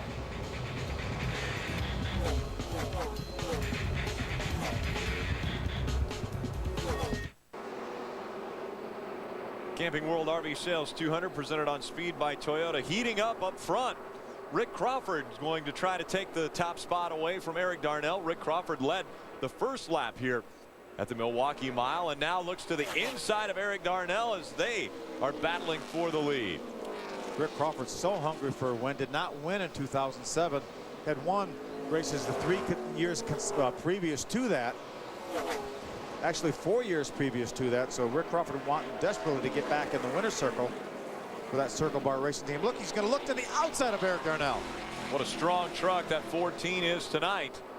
And there on the right side of your screen, you see Ron Hornaday getting by the 15 of Mark Mitchell. Now the 30 of Todd Bodines going to try to make that pass as well as Rick Crawford. About a half a truck length behind the 99. He goes with the higher line through 1 and 2. He's using a lot of that racetrack up there, looking for some grip up there. All the trucks, the majority of the trucks running down on the bottom of the racetrack. It gets slick down there with that much rubber put down. That's why Rick is looking up, actually going to diamond the racetrack, going to try to get underneath maybe Eric Darnell. Remember now, we're hearing a threat of possible rain in the area, so this may be the pass for the win if we get some rain. How about that? Rick Crawford gets by the 99 of Eric Darnell. Darnell's going to try to come back on him. A great pass by Crawford, set him up well, was going high through the turns and then ducked back to the inside, got by that 99, and now here comes Johnny Benson in the 23 once again. There's our top 4 trucks right there. JB's running 3rd in the 23, and Matt Crafton up to 4th in that 88 Menard Chevrolet. There have been so many storms in the area throughout the Midwest for a couple weeks now, and we're hearing that the possibility of another thunderstorm is coming in this direction. So everyone trying to make their moves now as we've completed 118 of the 200 laps. We want to make sure we get to the scheduled distance of 200 laps tonight. But the possibility exists this one could be rain shortened. Battle for 3rd, Johnny Benson, Matt Crafton. Crafton moving to the inside of Benson, trying to take that spot away. You know, Johnny was so strong at the beginning of the race. I didn't know if anybody had anything for Johnny, but right now he's seems to be a little bit off. Remember, it's cooled off quite a bit. Obviously, the sun's gone down, and looks like Johnny's truck is not quite as good as it was early on in this race. Our camera operators on the backstretch are telling us that they are feeling raindrops now. So this is a big battle right here for the 3rd spot. Crafton tries to take it away from Johnny Benson once again. Johnny doesn't want to give it up. He knows that we could possibly get rain. That is a position right there. Crafton with the nose just in front of that 23. Benson not giving up any ground. This time he tucks in behind that 88. Let's see if he goes to the inside and try to take it back. Not quite able to do anything right there. Remember, if we don't get any rain, no weather issues, we will have one more pit stop for all these teams. A little bit of a curve on the inside of this racetrack. Hornaday just in front of Todd Bodine there for 8th. That's Shelby Howard right there, that 13 truck. He's in the 7th position right now. Ray Dunlap Rick, you know, one of the things I love about the NASCAR Craftsman Truck Series, the fact that with limited tires, we have so many differing strategies. Look at the guys up front you're talking about, Crawford, Darnell, Kraft, and Benson. Those guys came in and pitted and got fuel only or only 2 tires. But how about a little further back in the field? Hornaday and Bodine, those guys went with the strategy of putting 4 tires on, thinking that we're going to run the whole distance of this race. And if we do, that very well may play into their hands, because when they come down pit road for that final stop, they've got differing options than those other guys. You know that Crawford and Darnell and them have to go with 4 tires to finish out this race. How about Hornaday and the 30? Phil, what do you think of their strategy? Ray, I think if they have tires left, they're going to want to put them on too, but they may have been banking on the possible rain, some weather issues, and they wanted to have the best tires on. But right now, remember, Ron Hornaday is going to battle with that 13 of Shelby Howard in the battle for 7th. Right now, they have a lot of track position to make up. They're being shown about 9 seconds behind our leader right now, Rick Crawford. That was a pass for position. Shelby Howard will drop back to the 8th spot as Ron Hornaday has taken away 7th from Shelby Howard. An impressive performance tonight for Shelby. He started 8th today. His career best 6th at Mansfield earlier this year. He has run at this racetrack once before. He finished 21st back in 2004. There's Michael Annett, Landon Castle. They're being shown in 5th and 6th. Great runs for both those young drivers. There's 7th, 8th, and 9th. Hornaday, Shelby Howard, and Todd Bodine. Right now, Rick Crawford has opened up about a 2.5 lead over Eric Darnell. Again, we've touched on the fact that there has been moisture in the area. Our camera operators felt the raindrops on the backstretch. We haven't seen anything as far as affecting any of the cameras on our trucks, the onboards that are being carried by 3 different drivers. And we haven't seen anything on the racetrack. Battle for 5th, Landon Castle and Michael Annett. Adam Alexander. And it wasn't a battle for very long. Landon Castle has been impressive here tonight. First time he's ever been to the Milwaukee Mile. Started 23rd, quickly drove his way up into the top 10, and some good pitch strategy by crew chief Eric Phillips has now helped him gain even more track position. Riding in the 5th position mainly because the truck is good and they took no tires, fuel only at lap 96. This guy has been good in everything he's driven lately. His 5th Truck Series start here tonight, and 11th and 9th in his last 2 Nationwide Series starts, Ray. Adam, there's a pretty big storm just to our west coming in over turn number 1. I just looked at the radar, and it is bright red there, but it's a very, very small cell, and there's nothing behind it. So it appears to me, by looking at this radar, this storm could drop a lot of rain on us, but it definitely looks like nothing's right behind that. So it'll be a big call for NASCAR on whether or not they have to stop this race for a short period of time. It looks like behind this cell there's nothing else. There's a big storm brewing on the racetrack right there with that there 88 truck of Matt Crafton. I've been watching his lap times, very, very quick lap times. Sometimes when Rick Crawford has clean racetrack, he will be the fastest truck. If not, then Matt Crafton has been the fastest truck a number of laps. Crafton just took the 2nd spot away from the 99 of Eric Darnell. Ted Musgrave trying to get by that 15 of Mark Mitchell. Musgrave's been a couple laps down, so it's been a tough night for Ted Musgrave, a 2-time winner at this racetrack. And Mark Mitchell is still on the lead lap right now, being shown in the 12th position. We have 15 trucks right now on the lead lap. Brendan Gaughan now is on the verge of going a lap down. There's our leader, Rick Crawford, about a 2.5 lead over that 88 of Matt Crafton. It would be a difficult night if Rick Crawford has to put his teammate Brendan Gaughan a lap down, but it has been 45 races since Rick Crawford was in victory lane. The last win came at ORP in 2006. Rick Crawford trying to get Ford back into victory lane for just the 2nd time in 2008. It was last week when Eric Darnell was in victory lane, the first time in 08 that Ford has been to victory lane. It's time to test your Truck Series knowledge with the Aaron's Lucky Guess Trivia question. Johnny Benson's attempting to win 3 consecutive races at Milwaukee. How many other drivers have won 3 or more consecutive races at the same track? Do you know? I actually do. We talked about this earlier. We did. I know too. Make sure you remembered. I do remember. We're not going to give the answer away right away, though. We want you to try to figure it out. There's our 4th place truck right there. Johnny Benson lapping by the 10. That crippled truck of Brendan Gaughan. Remember, Brendan was involved in that huge accident off of turn number 4. There goes Eric Darnell. He's also going to go by. Remember now, Johnny Benson just passed Eric Darnell to take over that 3rd spot. There's our leader right there, Rick Crawford. And here comes Matt Crafton.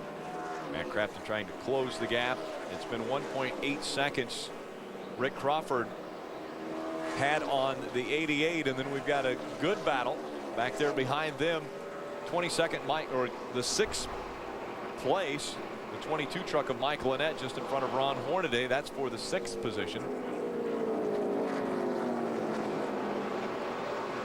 Meteorologist Ray Dunlap, what are you hearing? Well, we're just looking at this radar as I was telling you about, Rick, and if you see right here the city of Milwaukee, we're in West Allis, right here about on the interstate. Just to the south of that is Greenfield Avenue, and look where that big storm is. It should be right over top of us right now. We may have gotten really lucky and skirted this thing, but you'll notice out to the west, that's all ground clutter, nothing behind it, so we're looking pretty good. We may have gotten lucky and be able to run this thing all 200 laps. Wayne Auton never has a Truck Series rain out. He always talks about how he's been very lucky and sometimes wears a lucky shirt. Wayne Auton's our series director for the NASCAR Craftsman Truck Series. Crawford has led 21 of the 134 laps. Again, he led the first 3 of this race, and then Johnny Benson took over the point once again. But Crawford with a strong run here at Milwaukee. Adam. And Crawford has always been very quiet on the radio. Each lap he crosses the start-finish line, his crew chief, Kevin Cowboy Starlin, reads him his lap times and then reminds him to run his race because Crafton is coming from behind, as you guys have documented, and then also he's getting help from the spotter stand. Calvin Humphreys, who's calling the shots up top tonight, telling Crawford to maintain his pace and his patience as he goes through this lap traffic here going around Justin Marks on the track.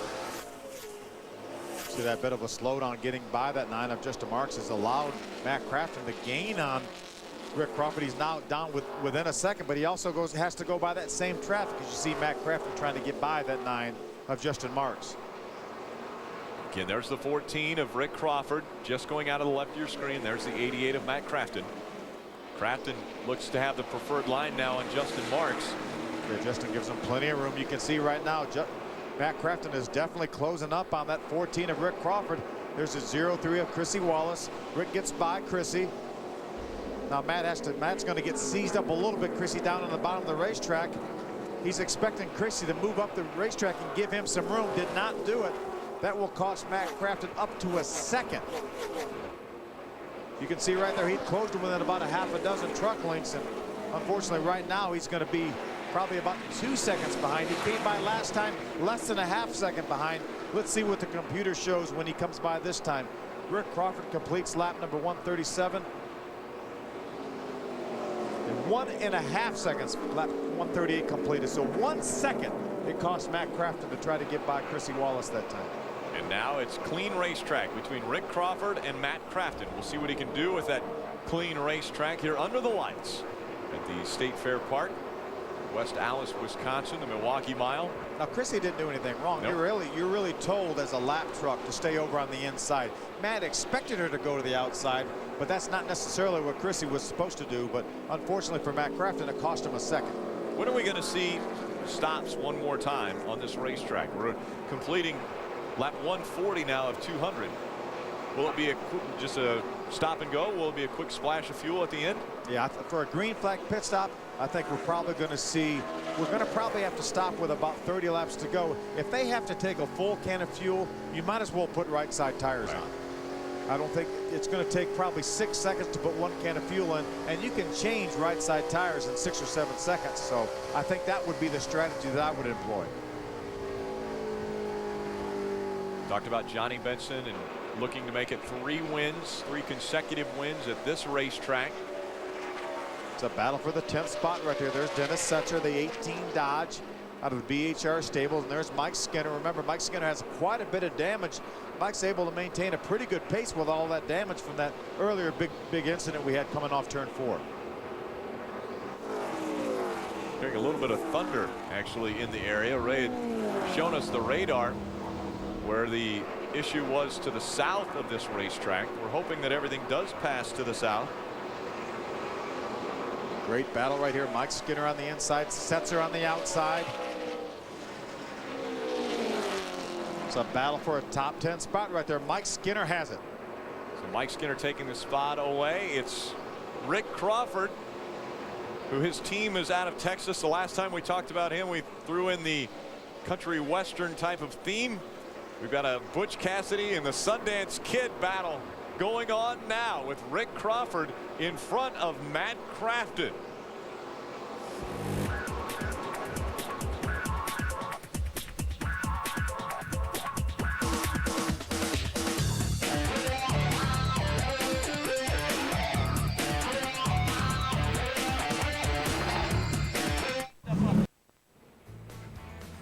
Under caution for the 5th time tonight. This time it's for rain. The Camping World RV Sales 200 presented on Speed by Toyota. Lap 146 when the yellow flag was displayed. So the field slows down once again at the Milwaukee Mile. You know, now's a decision time for these crew chiefs because it's not raining very hard. Ray showed us the radar. It doesn't look like there's much other than we just caught the very tail end of the list of this little shower right here. So if I'm a gambling crew chief, I'm going to make my pit stop now, thinking we're going to get this race restarted. Adam, what are they talking about down there? And that's what Cowboy Kevin Starlin said just on the radio a moment ago to Rick Crawford. He said, we are in a bad spot here, but I don't think this rain is going to be so bad they won't continue the race. If pit road opens, we have to come down. So we'll see if that pans out, but that's the call right now for Kevin Starlin, the guy you see on your screen. And then Rick came back and said, Cowboy, it's not even raining right now. So I think their thought process is go on as if the weather's not even in the area and see how it works out. You know, right now Jack Sprague is our last truck on the lead lap. He's running 14th. I believe if I'm Jack Sprague, his truck's crippled anyway, I'm going to stay out. And if it starts raining, great. If it doesn't start raining, they give one to go, then I'm going to make my pit stop then. I'm not really going to lose that much. So it may be a good gamble for him. And you hear a Cowboy said, come to us, Rick. On to pit road they go. Adam Alexander. Last time Rick Crawford was in, lap 96, he got 4 tires and fuel. They will do the same here. They call for no changes. They talked about changes, and then Cowboy said, if you like where it is, Rick, I'm going to leave it the same way. 4 tires, the call for Rick Crawford. Johnny Benson will also make a pit stop here for 4 tires to Ray Dunlap. Matt Crafton running second. He comes in. They said, what should we do here? Bud Haefele, the crew chief, said, you do whatever the 14 does. They're going to go with 4 tires right here. They believe this race is going to go the complete distance. Eric Darnell also in on pit road, along with Todd Bodine. The 33 of Ron Hornaday also in down the way. Bodine's going to go with 4 tires also. Johnny Benson wins the battle off pit road, Ray, and it's side by side for second between the 88 of Matt Crafton and the 14 of Rick Crawford. We show Rick Crawford coming off second. He gunned it right before he got to that yellow line as they were crossing the commitment line, or the exit of pit road line. So you're seeing the race off of pit road. Benson grabbing a couple spots. Crawford, Crafton dropping back. Landon Castle gets 1. Bodine gets 2. So a great race off of pit road. Take a look here. Johnny Benson and then the race for second. Yeah, they were side by side. Let's see who gets there. It looks like Rick Crawford on the outside by a nose. Oh, that was a huge separation compared to Michigan. Oh, we're being told that the 14 too fast exiting the pits. So they're going to take him back onto pit road. What a horrible break for Rick Crawford. There's Cowboy right there. If Rick Crawford has to come down pit road, give up all that track position, it may be over for him as far as winning this race. Adam? And Rick Crawford just came on the radio after they told him what the situation was, and he said, everyone's got to be quiet when I'm exiting the pit lane. No celebrating, no nothing. A guy who appeared to be in line to win a race for the first time in 2 seasons, going to lose a great deal of track position. He'll restart outside the top 15 more than likely, and he'll have his work cut out for him with just over 50 laps to go. Yeah, Adam, here he is exiting his pits right here. He's got a driver on, Mark Mitchell. And I think it happens when he tries to race the 88 off of pit road. Watch this, the 88 is going to pull out of this pit on the inside. And they're going to run side by side down to the end of pit road. Rick Crawford will have to restart this race from the tail end of the longest line. You see right there, the 88 is ahead of Rick, right there. And at the last second, right at the last segment right there. He guns it just a little bit to get in front of that 88, and that may have been what cost him. So NASCAR officials telling us that he'll have to go to the tail end of the longest line. Our race leader will be the 23 of Johnny Benson. Matt Crafton runs second.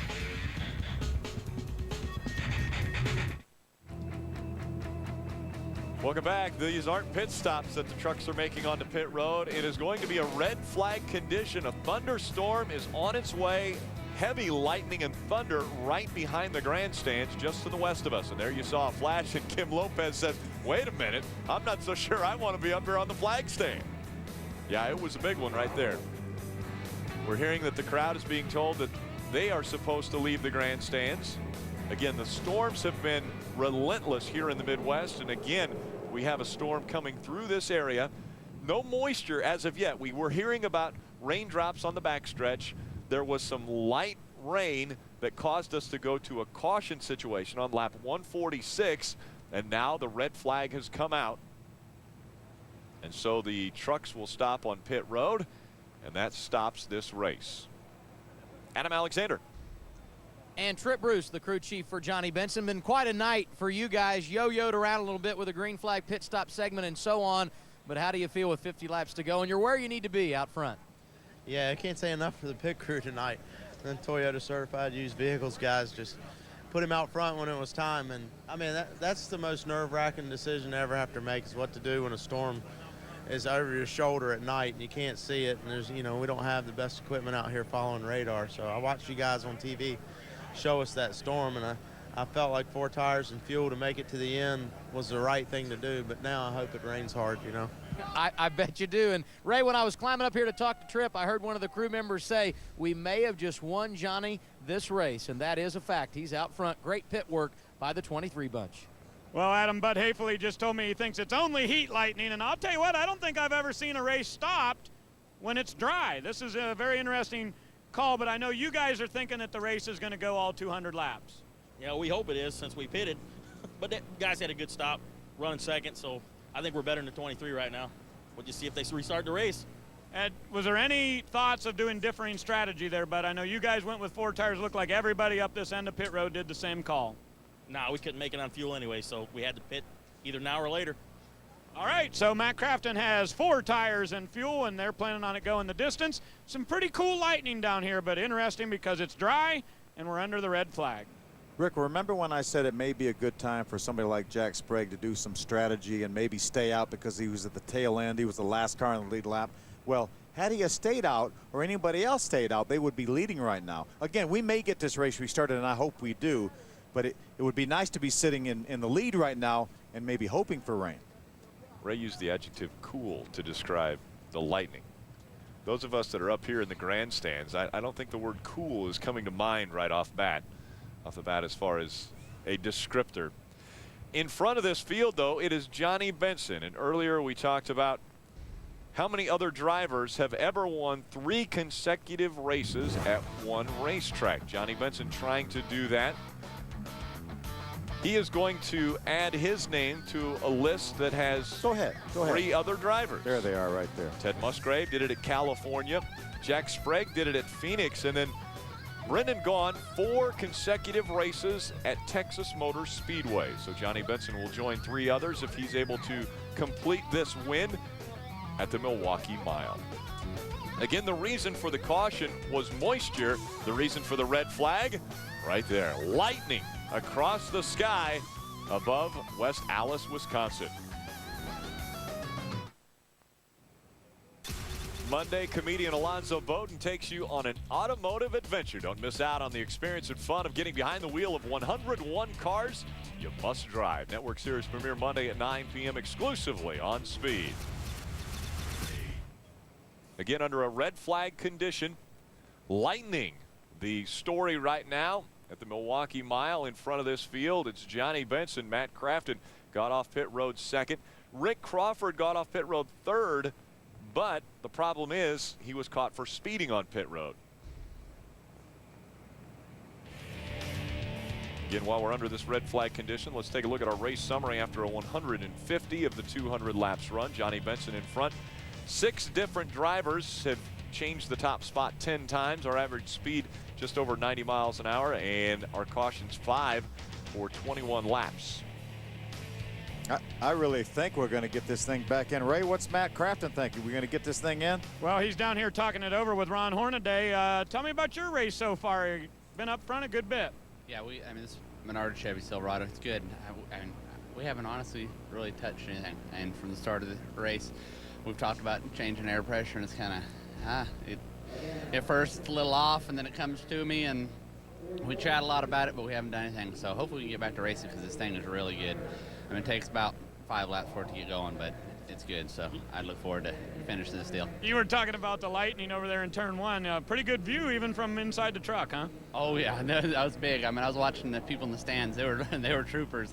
I was grounded to the rubber, so I was all right. But these people in the grandstands, I got to thank them for staying out for as long as they have, watching that lightning behind them. I would have ran a long time if I was sitting in them aluminum grandstands. So thanks for them coming out and watching us tonight. All right, good run so far for Matt Crafton. Currently in second here as we're under the red flag. Adam?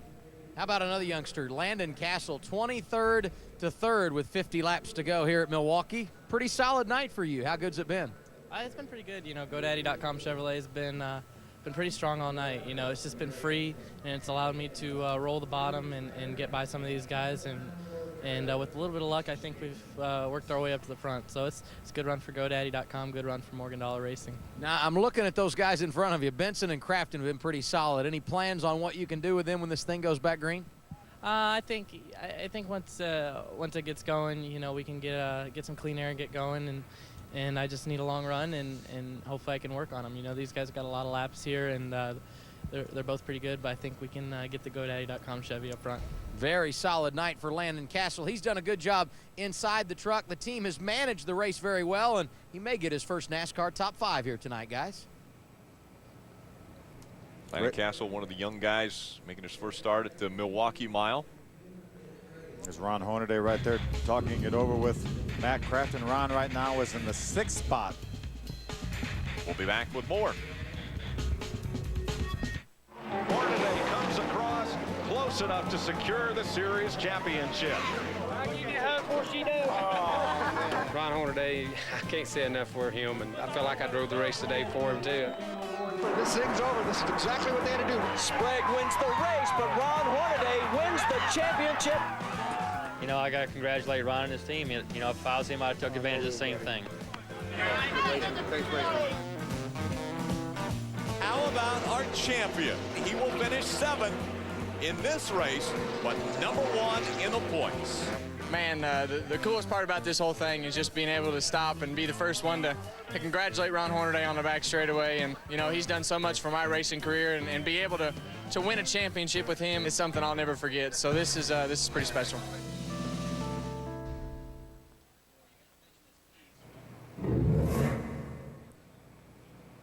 Well, 50th birthday celebration for Ron Hornaday. Right now, he is currently 7th in the running order. And just a moment ago, he said, I'll take a 7th tonight if they just call this race right now. And Rick Wren, as crew chief, I heard you say on the radio a little while ago that you missed the setup tonight. Where did you miss? Well, I kind of tried something here, and I kind of missed. I got him so loose getting in, he can't drive it down in the corner. And, you know, this is a real high-braking racetrack while you're turning in, and if I got him loose getting in, it's a handful. It's not fun for him. It's not fun for me watching him drive through this corner. And I just missed it. That's all there is to it. And we got 50 laps to go. We got some fresh tires on. We'll see if we can get us a couple more spots. But I'm telling you what, if we could come out with the top 5, I might dance the jig. You know, Rick, I don't think everybody at home has any idea just how fickle these trucks have gotten now with the aero package we have on them and these coil bind setups. I mean, just the smallest adjustments and you can really dial yourself out. Yeah, I'm talking a couple of clicks and a shock can make an adjustment on one of these trucks now. And they're really, you're just fine-tuning, and there's almost no room for air to run up front every week. And we've been fortunate. I mean, we've run up front every week this year, and like my car chief and I were talking, it kind of spoils you. You just think you're kind of invincible, and tonight's a wake-up call. All right, well, Ron Hornaday hoping to celebrate that 50th birthday with a win tonight, but I believe we're going to run all 200 laps here, so they may have a chance to move towards the front just a little bit yet. Adam? And while Hornaday's celebrating a birthday, this guy wants to celebrate a win. Johnny Benson right where he needs to be with 50 to go. So what's your biggest concern when this thing goes back green, JB? Not get hit by lightning, probably. But it's, I mean, look, hopefully it's going to clear off. I mean, I'd love to run this thing and go to the end. But Trip Bruce and the guys were an awesome pit stop right there. I mean, that's what it was about. So Toyota Certified Used Vehicles Tundra, really good at the start. The second set of tires not so good, and hopefully this set will be a little bit better. I mean, I think they are, but you know, you don't know until you get going. So the 88's pretty strong. 99's been pretty good, but on the long run, we're decent. So 50 laps, hopefully we can get it done. Back-to-back years going to victory lane here. How does this truck compare? Because it's been good tonight. It's been pretty good for sure. I mean, I'd be okay if it rained. I mean, really whatever they want. But, you know, as long as fans are able to come back in a grandstand to see the end of this race, that's really all that matters, you know, just see what we can do. But like I say, I've been real proud of everybody here in the 23 Bill Davis Toyota, and they did a great job qualifying. The pit stop's been awesome. Setup's been great. We just need to go another 50 laps. It'll be all right. He may have gotten robbed last week, but there's no denying JB is here to stay this evening at the front under the red at Milwaukee. He will try to hold on to that spot. NASCAR's letting us know that they're going to try to put the drivers back in their trucks here momentarily. This is the race off of pit road. His team did a great job getting him back out there onto pit road. As he goes to the start-finish line, it was Rick Crawford that was following behind him, and then the 88 of Matt Crafton came out.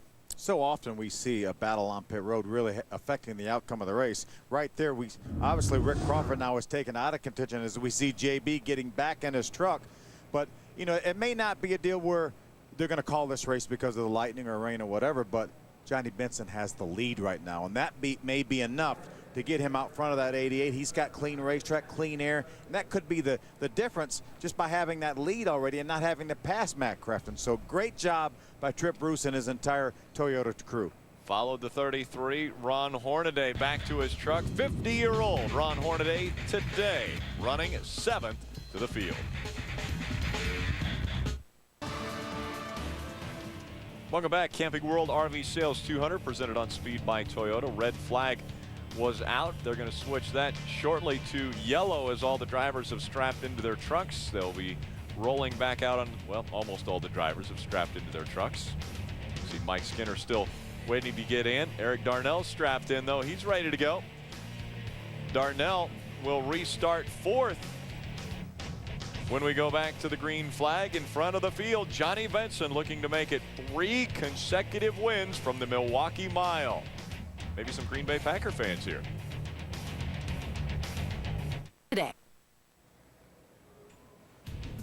Welcome back. The Milwaukee Mile still quiet as they haven't fired the engines yet. The drivers have been instructed to climb back into their trucks and strap in as they are getting ready for the command to fire the engines once again here from the Milwaukee Mile. Let's go back trackside to Ray Dunlap. Well, thank you, Rick. Under this red flag, the drivers have now gotten back into their trucks, and NASCAR told them you can do 2 things. Number 1, you can take the tear off that was on your windshield and rip it away. And number 2, you can adjust your air pressures. So the crew members went out there with their small air tanks, checked all the air pressures on all 4 tires, took off your the tear off on your windshield, and that's all they could do as we get ready to go back to green flag racing. And again, the rain hasn't fallen. It's been the thunder and lightning. Lightning, obviously, more in particular, that they called the red flag for. Yeah, that happened back in 2004 in the Nationwide Series. They actually put a red flag out because of lightning. Slobby told us there while we were Bill Sloboda. You can call him Sloppy if you want, but normally that's Slobby. Mike. Slobby. Oh, I'm sorry.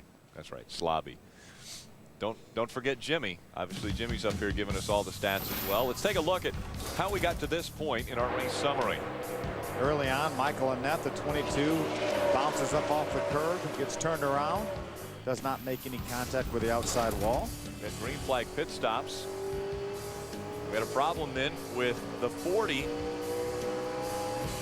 Paul Poulter, he runs out of gas on the outside of that run there. That brings the caution out, put a lot of guys a lap down, and this is the big wreck, lap number 99. Jack Sprague gets nudged a little bit and just blocks the racetrack. About 10 trucks involved in this incident. Take another look, riding along with Ted Musgrave. Looks as though he's going to get through here, and then no.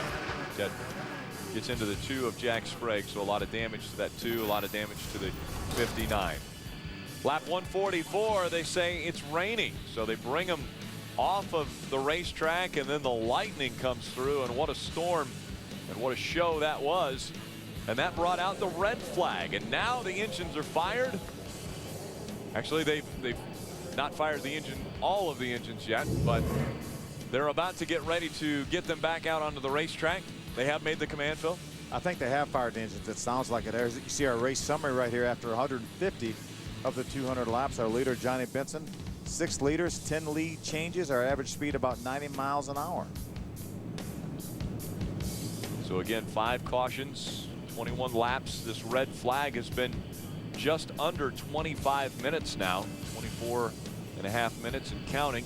As we're waiting to see the yellow flag displayed, so the trucks will roll back out onto the racetrack and we can get this back underway. This is, well, I'm guessing this is what Johnny Benson would like. He'd like to win this race at the scheduled distance. I think he would take it at lap 150. You think he would have taken it? Yeah, absolutely. I mean, that's a win is a win, and he's lost a lot of wins, I'm sure, in his career in the last 50 laps, and maybe he can steal one back here, but it doesn't look like it's going to happen. They're going to get back on this racetrack. Again, Johnny Benson in front of the field. Matt Crafton being scored third is Rick Crawford. The problem is he sped off of pit road under this most recent caution, and so he will have to go back to the back of the long slide. And just as we suspected, it was the very last segment on pit road where Rick Crawford was busted for speeding. NASCAR allows these guys a 5-mile-an-hour cushion, and obviously Rick went over that. We saw him look like he gave it just a little bit of gas pedal there, just to get by that 88 and take over that second spot leaving pit road, and unfortunately that was the segment that got him busted. Back behind him a couple trucks, that 99 of Eric Darnell, right?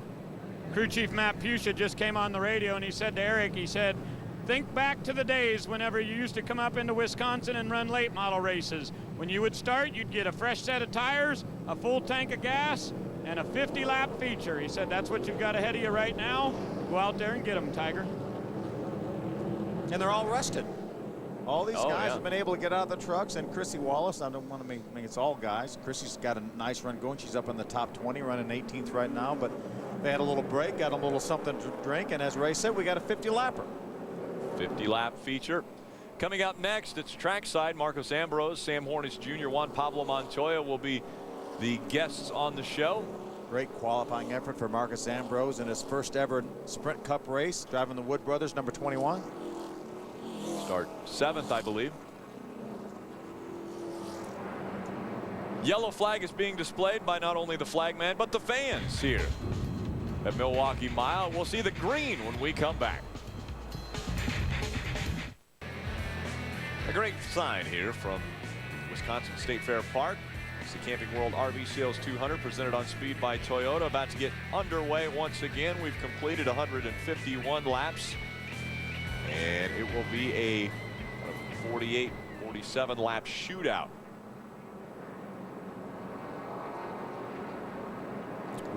Ted Musgrave on pit road. Remember, he got a piece of that incident with Jack Sprague, that big battle coming off turn number 4, the big accident off of turn number 4. There's Brendan Gaughan, the number 10 on pit road. Ray, what's going on with Brendan? Well, Phil, they put 4 fresh tires on it, but his big concern was the aero on the left front of his Max Force diesel Ford, and they're going to put some more tape on that thing, try to give him just a little bit more downforce up front. Jack Sprague going off pit road right behind him, so both of those guys trying to make their trucks just a little bit better here for our last run to the checker.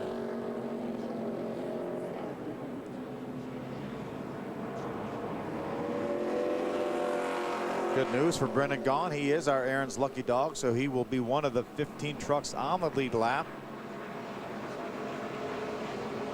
There's Rick Crawford. Bad news for Rick, and now he is going to restart this race at the tail end of the longest line. What a horrible break. Rick appeared to have the dominant truck before that caution flag came out for rain.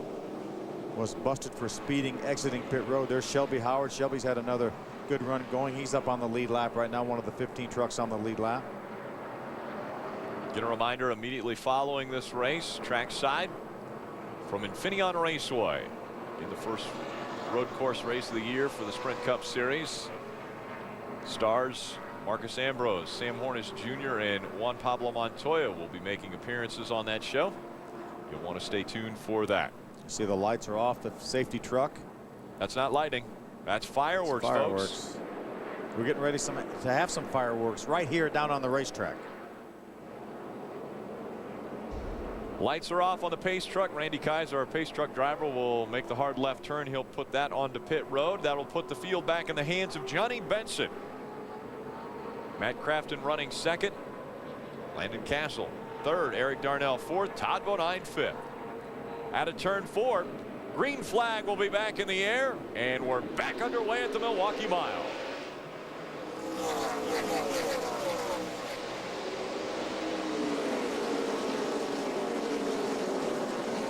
Both Johnny Benson and Matt Crafton clear the lap truck of Justin Marks. Landon Castle's going to try to make his way around the outside. Eric Darnell, the 99, runs fourth. So difficult to pass at this racetrack when you've got a lot of traffic in front of you, and that's exactly what Rick Crawford is facing right now. What a strong truck he had early on, but now he's going to have to battle his way back from the 14th starting spot on this restart. There's Rick right there. He's following the 13 is Shelby Howard. That is a battle right there for the 13th position. There's Jack Sprague. Heavy damage from that earlier incident, but still racing out here, racing that 13. Ooh. A lot of damage there to the 21 of Kevin Wood. Looks like he got into the back of the 40 of Paul Poulter coming off turn number 2. I don't think that will bring out a caution flag. Paul needs to get off the racetrack. He's not up to speed right now. They have not thrown the caution flag, so we'll see if the 40 gets off the racetrack. It looks as though he's going to be able to. Oh, Chrissy Wallace into the 8 of Chad McCumbee. McCumbee spins around. Wallace slow on the racetrack, and that brings out our 6th caution of the night. Every one of these cautions will be an advantage for Rick Crawford. That will allow him to get some track position. Obviously, Chad McCumbee not real happy with Chrissy Wallace. Look at the damage to the back of that 8 of Chad McCumbee. Remember, Chad was in the top 10 in points coming into this race. He was in the 7th position. Considerable damage to that truck. Chad was 108 points back from our point leader, Johnny Benson. Benson trying to add to his point lead tonight as he leads this field. Let's take another look at what happened. This is right before the, ooh, that was the 21 and the 40 getting together. Kevin Wood, the 21, and Paul Poulter, the 40. Debris on that racetrack, and then this is Chrissy Wallace way down on the bottom of the racetrack, but she comes up because she's so far down she can't keep the truck on the bottom of the track and comes up and gets into Chad McCumbee. She had such a bad angle, and also she was down there, maybe picked up a little debris on her tires. You see Chrissy right there, the 03. That's Mike Skinner's on board. 3 wide situation, a little contact right there. That puts Chrissy down on the very bottom of the racetrack. When she got to the corner, she had a bad angle and possibly had some debris and slid up into that 8 truck of Chad McCumbee. There you see the damage on the 21 of Kevin Wood. Kevin's being shown right now in the 20th position. He will bring that U.S. Air Force 4 down pit road to the attention of John Monson and the crew. Right behind him was the 59 of Ted Musgrave. Also looking for some attention on that race truck, Mike Bliss. Being shown as our lucky dog, so Mike Bliss grabbing a lap back. Gets the Aaron's lucky dog. Again in front, though, Johnny Benson, Matt Crafton, Landon Castle, Eric Darnell, and Todd Bodine racing for the win. One to go before we see the green flag. A couple trucks coming on pit road. Probably to top off. Maybe make final adjustments before they go back out. Potentially another long green flag run. We've seen it here tonight at the Milwaukee Mile. As we look back behind that certified Toyota used vehicles number 23 of Johnny Benson. This was the reason for the problem on our most recent caution. You see Chrissy Wallace on the inside, that 03, crowding that 5 of Mike Skinner, so she goes way to the inside of the racetrack, Phil. Yeah, here comes Chad McCumbee, that 8 truck right there, and when Chrissy got to the corner, she couldn't quite make the corner, whether it be debris or just a bad angle. and made contact with Chad McCumbee. Chad's continued to sit on pit road for adjustments and repairs to that number 8 truck. Amazingly enough, we talked about it was an overcast sky and thunder and lightning, but you can still see the moon. So clearing off just a bit here at the Milwaukee Mile, and about ready to go back to green flag racing.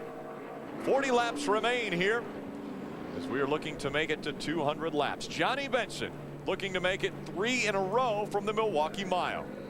Green flag back in the air. We're back underway.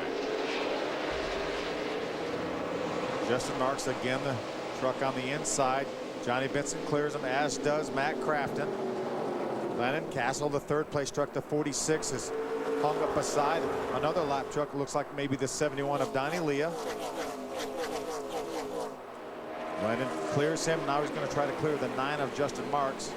Eric Darnell's down on the bottom of the racetrack, on the bottom of Donnie Leah, the 71. Todd Bodine running in the top 5. Currently 2nd in our points. Ron Hornaday 3rd in the points coming in, running 6th on the racetrack. There's Rick Crawford trying to battle his way back from that pit road penalty, trying to get around the 15 truck of Mark Mitchell.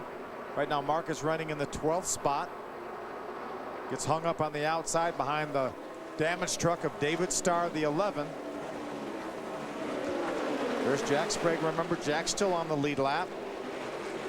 Very close right there for Rick Crawford, almost getting into the back of that 11 of David Starr. Now ducking to the inside, trying to get behind Bliss. Yeah, Mike Bliss able to get by. Remember, Mike Bliss got the Aaron's lucky dog, had to restart from the tail end of the longest line.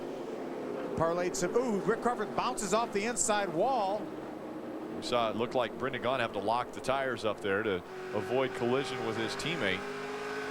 There's Ted Musgrave right there. Ted's being shown 2 laps down right now. Heavy damage from that earlier incident coming off of turn 4 on lap number 99.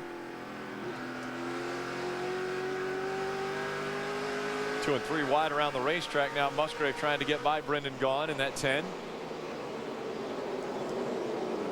You know, Brendan Gaughan right now is trying to fight back on the lead lap right now. He is the last truck right now on the lead lap. There's Rick Crawford, the 14, going to try to go to the outside of the 51 of Mike Bliss. And right behind that 0-3 of Chrissy Wallace. She was the reason for the last caution on the racetrack, and so Crawford looking to clear her and move forward as he'll try to get by Jack Sprague just in front of him. Makes the pass, and so he's looking for Jack Sprague and the 15 of Mark Mitchell now.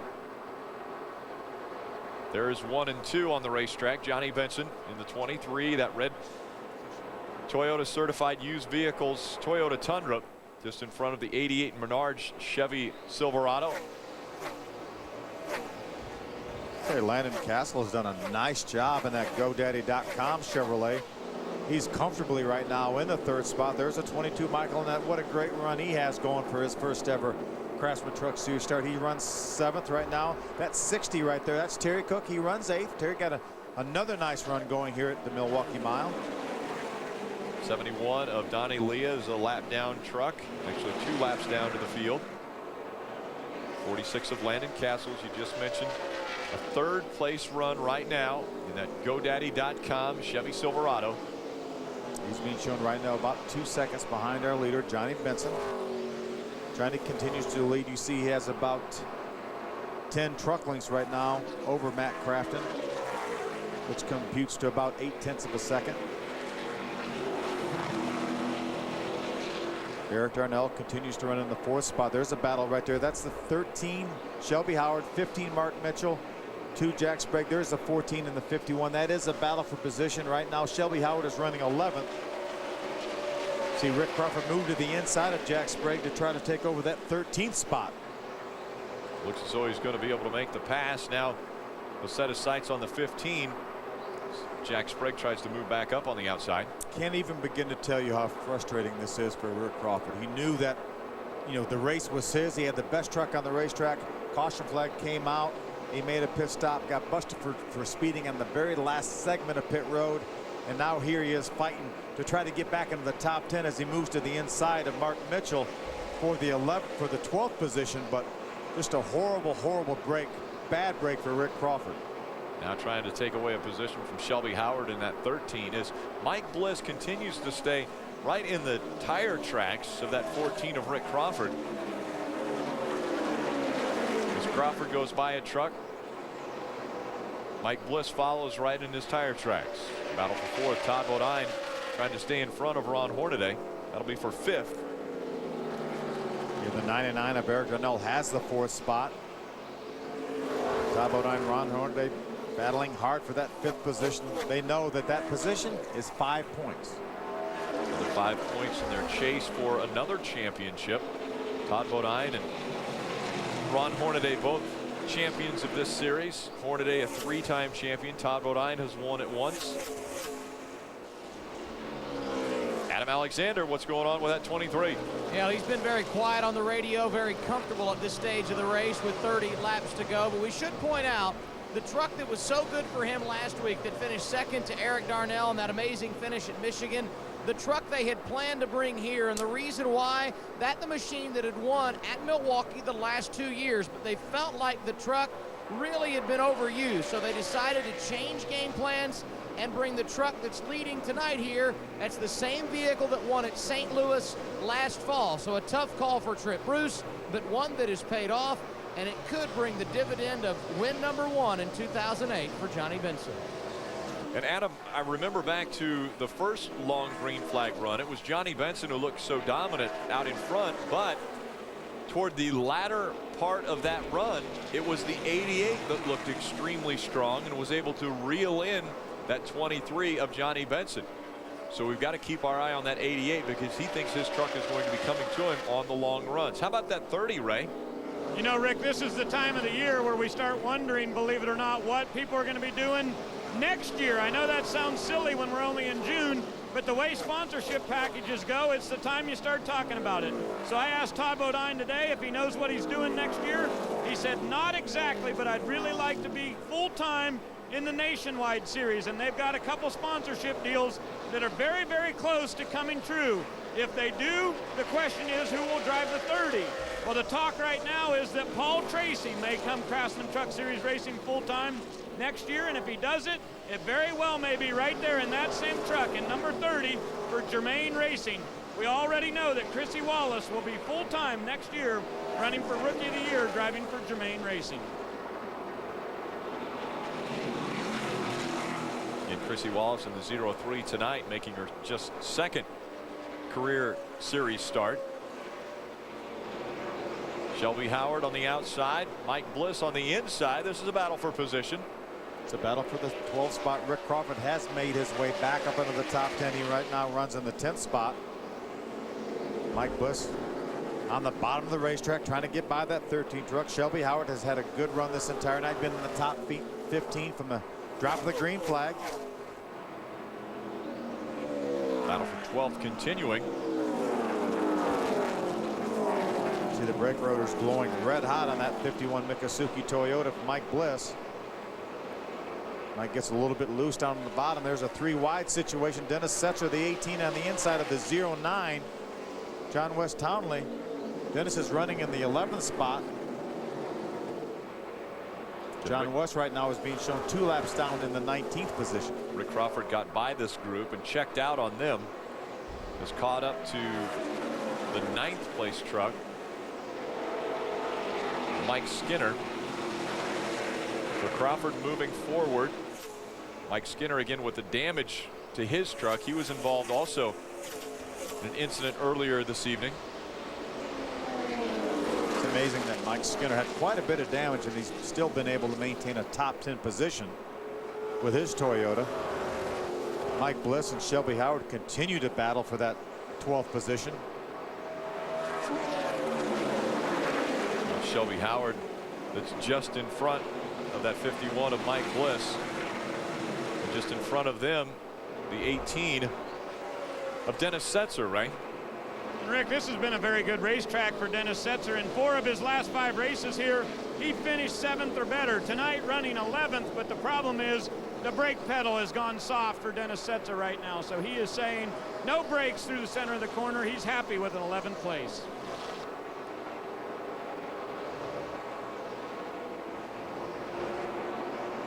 And the restart after the red flag, Ray, it was Rick Crawford who rolled 15th after that speeding penalty on the pit lane, but he's been able to make up some ground. Rick and Phil documented a moment ago. He has worked his way into the top 10, and while Rick has remained quiet on the radio, his crew chief and spotter have not. Each lap that passes, Cowboy Kevin Starlin has read off his lap times, telling him he is faster than the guys in front of him, and up top, Kelvin Humphreys, the spotter is telling him to keep digging. He's got a lot to gain. So 22 laps to go, and Rick Crawford trying to salvage a better finish in what could have been a winning night for the 14. You saw the gap right there for just a moment. Mike Skinner, the 5 truck, is the next truck in front of him. Terry Cook, the 60, was right in front of Mike Skinner, but right now Rick Crawford is about 2.5 seconds, a little bit over 2 seconds behind that 5 truck of Mike Skinner. Right now, Johnny Benson has a good almost 2-second lead over the second place truck of Matt Crafton. You can see right now Johnny obviously has clinched the lap leading bonus for who leads the most laps.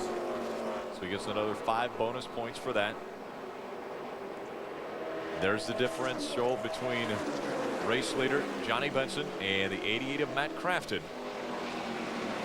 Crafton trying to get by the slower lap traffic. That's They're Brent moving Raymer, to the outside for him. David Starr, the 11 truck, with so much damage from that earlier incident. There's the 07 of Sean Murphy, the black and green truck. Matt Crafton's going to have to catch up and quick, as we have just 19 laps of racing remaining. Landon Castle still runs 3rd, Eric Darnell 4th, and then Todd Bodine and Ron Hornaday continuing to fight over that 5th spot. There's a 22 of Michael Annett, just briefly getting into that picture frame. He's actually been able to gain a little bit on this group that's battling for 5th right now with Todd Bodine and Ron Hornaday. See Michael Annett right there, the yellow and red Toyota. Hornaday pushing it just a bit harder now as he's trying to get more spots on the racetrack. The first one he's got to take away is going to have to be from Todd Bodine, and that's a difficult task to take on as we see Jack Sprague get by Martin Mitchell. Jack takes over the 14th spot from Mark Mitchell. I'll tell you, what a job by Jack and Ernie Cope and those guys to fight back from that heavy damage, stay on the lead lap, and that actually race trucks for position. That 13 truck right there is a battle for position with Jack Sprague. That's a battle for the 13th position.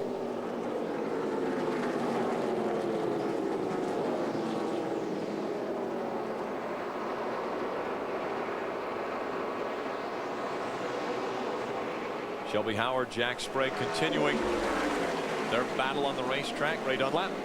What a great run for Michael Annett tonight in his career first start here in the Craftsman Truck Series, running in 7th position. I think that would be like a moral victory for this young driver, as such a tough racetrack to come your first race here at Milwaukee. But how about Doug Wolcott, the crew chief for this team? Since the beginning of last season, Michael Annett is now his 7th different driver that Doug Wolcott has had to work with, and there's been an interesting mix of people through his number 22. Some really good young talent, and Wolcott very happy with the way things have been going. He's got Michael Annett for the next 5 races, so they're hoping to learn a little bit. Very close call for Ron Hornaday. Look at him try to catch that truck. He and Todd Bodine were side by side over in turn number 1. They made contact. Ron loses 2 or 3 positions right there. Terry Cook also got by. There's Mike Skinner. He's not quite able to get to Hornaday yet, but close call for Ron Hornaday and Todd Bodine. Very close call. Let's take another look. Right side of your screen. Ron down on the bottom of the racetrack. Todd was going to diamond that corner.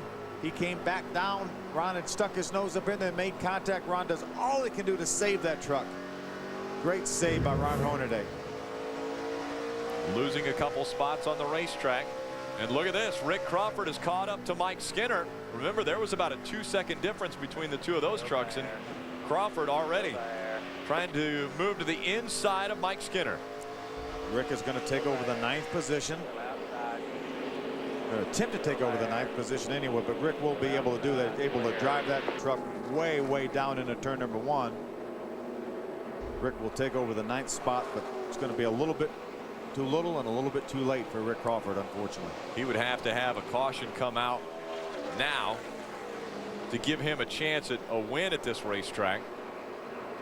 Once we restart inside of 10 laps, it's a single file restart with the lead lap trucks in front, and they would all line up behind that 23 of Johnny Benson. There's the difference between Benson and Matt Crafton. That's 1 and 2 on the racetrack. And again, we can't say enough about Landon Castle and the performance he's putting on right now, running third. He has really done a nice job. So little of experience. He's 18 years old. Got a top 10 finish at Charlotte earlier in this truck right here. There's the GoDaddy.com Chevrolet. Truck's Ninth clean. is the best he's ever run, and that was at Charlotte, just as you mentioned. Now, we had a little bit of attrition. We had that incident, but Landon Castle has run a great race here, and he had this third spot on the restart and has been able to maintain and actually drive away from Eric Darnell. He's about 3 seconds ahead of Eric Darnell right now in the third spot. This time by, it'll be 10 laps of racing to go from the Milwaukee Mile. Again, this race slowed a few times for caution, 6 times on the 5th caution. It was slowed because of rain, and then lightning red flagged the race to slow the pace down, but it has heated up now that we've gone back to green. Heavy traffic for Johnny Benson. Kevin Wood, the 21 truck, moves over to the inside, but you see there's a number of trucks right there running together. There's the 03 of Chrissy Wallace, the 59 of Ted Musgrave, right immediately in front of our leader, Johnny Benson. Johnny Benson looks to the inside. He'll see if they'll move out to the outside for him as Chrissy Wallace moves out for him. Johnny Benson's going to come up on that 59 of Ted Musgrave now. See these trucks side by side right in front of Ted Musgrave. Looking back at our race leader, Johnny Benson, from the Team ASE Toyota Tundra of Ted Musgrave. Benson trying to make that pass now as we ride along with Ted. Ted not giving him any room, racing him, but he moves out to the outside.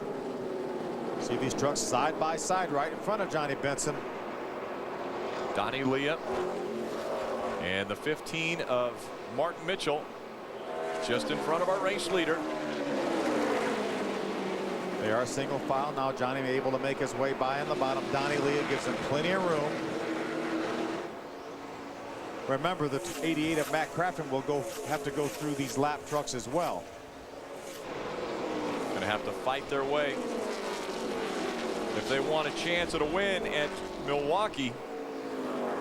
Again, Johnny Benson, your point leader, coming in, looking to increase that point lead. That's the 15th place truck right there, the 15 of Mark Mitchell. He's done a nice job. He's trying to stay on the lead lap right now. There's Matt Crafton now hung up behind the 03 of Chrissy Wallace. A little bit of contact right there. Contact there for Chrissy Wallace as she tries to catch that truck. Crafton trying to get by. He'll look to the inside now as we ride along with Ted. Matt able to get by Chrissy. Ted trying to get by the 71 of Donnie Leah. 6 laps to go. Winding down the final lap. 6 miles remain from the Milwaukee Mile. Johnny Benson looking to become just the 4th driver to win at least 3 consecutive races at one racetrack. And as Adam said, this is not the same truck that he had for the other 2 wins. I don't think it has anything to do with the truck. It's more of the team and Johnny Benson. 2 trucks in front of Johnny now, and then it'd be a clean racetrack if he can get by TJ Bell in the 7 and John West Townley in that 09. 5 laps of racing. When they come out of turn 4, he crosses the start finish line. 4 miles, 4 laps for Johnny Benson. Johnny has about a 2-second lead. He doesn't want to take any chances with these lap trucks. There's a battle right there. The 60 of Terry Cook, the 14 of Rick Crawford. That's a battle for the 8th position. Rick Crawford gets hung up behind the 8 of Chad McCumbee. That will slow the momentum down. We'll see if he's still able to continue on. Right on the back bumper of Terry Cook. Rick Crawford hungry here in Milwaukee.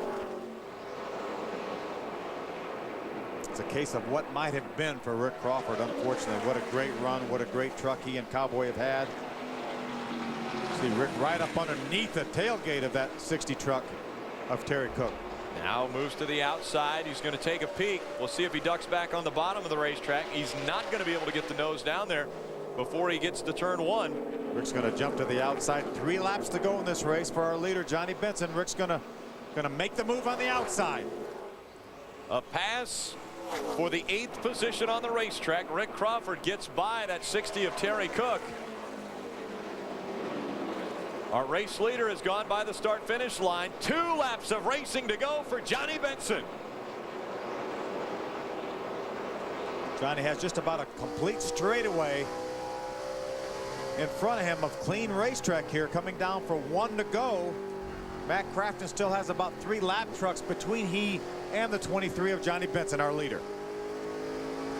Riding along with Benson as the white flag goes in the air. 1 mile to go for Johnny Benson. His 111th start in the NASCAR Craftsman Truck Series, looking for his 10th career victory. And 3 in a row here at Milwaukee. Half a lap to go.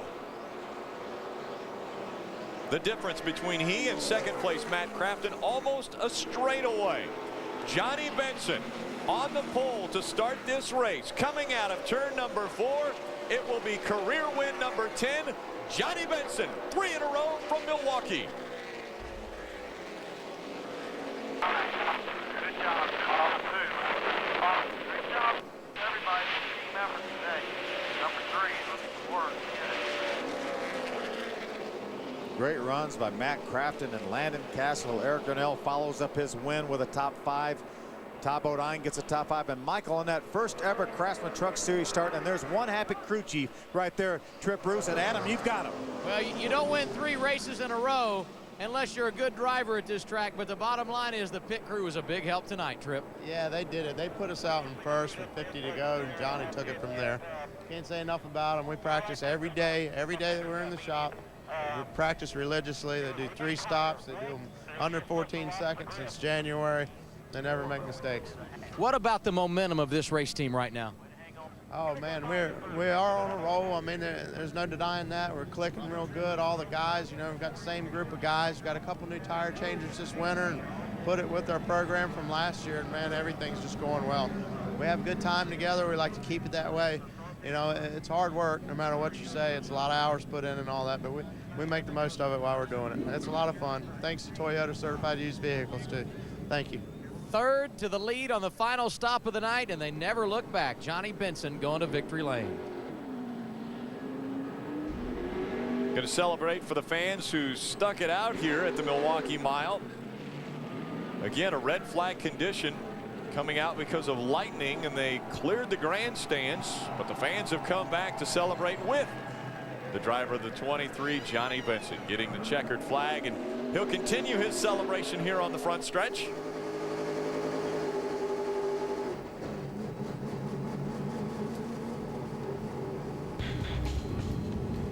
When we come back, we'll talk to the winner of the Wales 200, Johnny Benson. The NASCAR Craftsman Truck Series is presented on speed by Toyota. Moving forward, brought to you in part by Craftsman. Craftsman tools are the official tools of NASCAR. Craftsman at Sears. And by the new Touch of Gray that lets you keep some gray hair. Touch of Gray for the generation that swore it would never get old. Last time he was in victory lane was Homestead in 2007. It's been 10 races, but he's back in there. Let's go to victory lane. And as you said, Rick, for the first time in 2008, Johnny Benson able to celebrate in victory lane, and he does so picking up the hat trick at Milwaukee. And this bunch understands how to celebrate. Plenty of hugs and congratulations. And Johnny, you told me before the race tonight, winning 2 in a row here was tough enough. You didn't know about 3, but you've done it. How does it feel? It feels great. I mean, you just really can't thank Toyota Certified Used Vehicles enough.